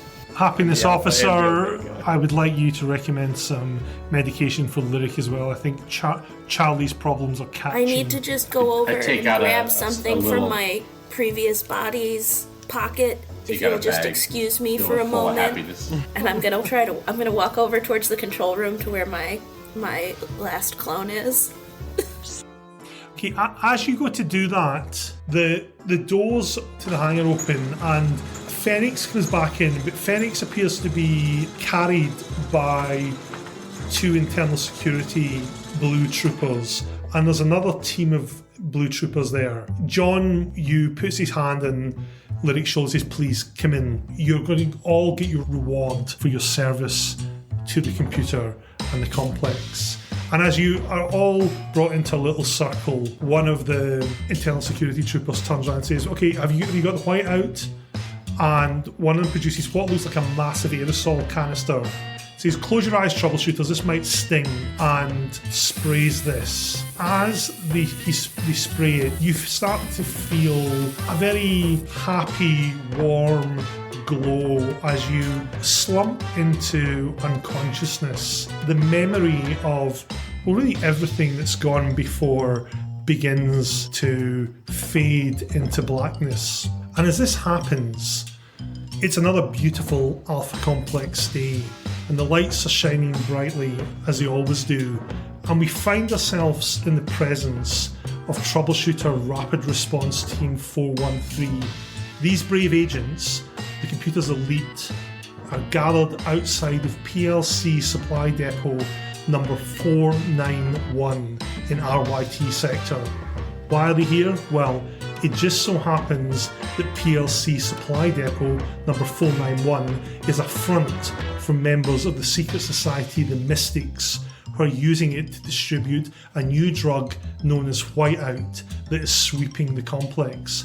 So before they kick the doors in to execute what is no doubt a flawless and well-considered plan to bring justice to the computer's enemies, let's take a minute to meet them, shall we?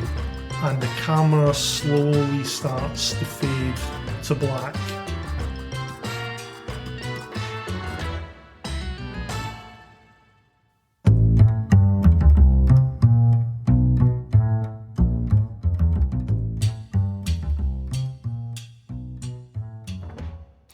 And that was Token of Our Humble Love for You Day, a Paranoia actual play. We hope you enjoyed it. Thanks must go to our wonderful cast of voice actors. These are, in no particular order, Alex Adams as Charlie R, Katie O'Brien as Lyric R, Steve McGarrity as Adrian R, Jason Seidel as Mackenzie R, Ryan Mossbarger as Phoenix R, John Cohen as Blake R, and Keeley Wilson as your friend and mine, the computer. We are a semi-regular podcast all about tabletop RPGs. If you want to get in touch with us, you can find us on Twitter @SavePodcast, or you can email us at roll.2.save.pod@gmail.com. Thanks again for listening, and remember, stay alert, trust no one, keep your laser handy. The computer is your friend.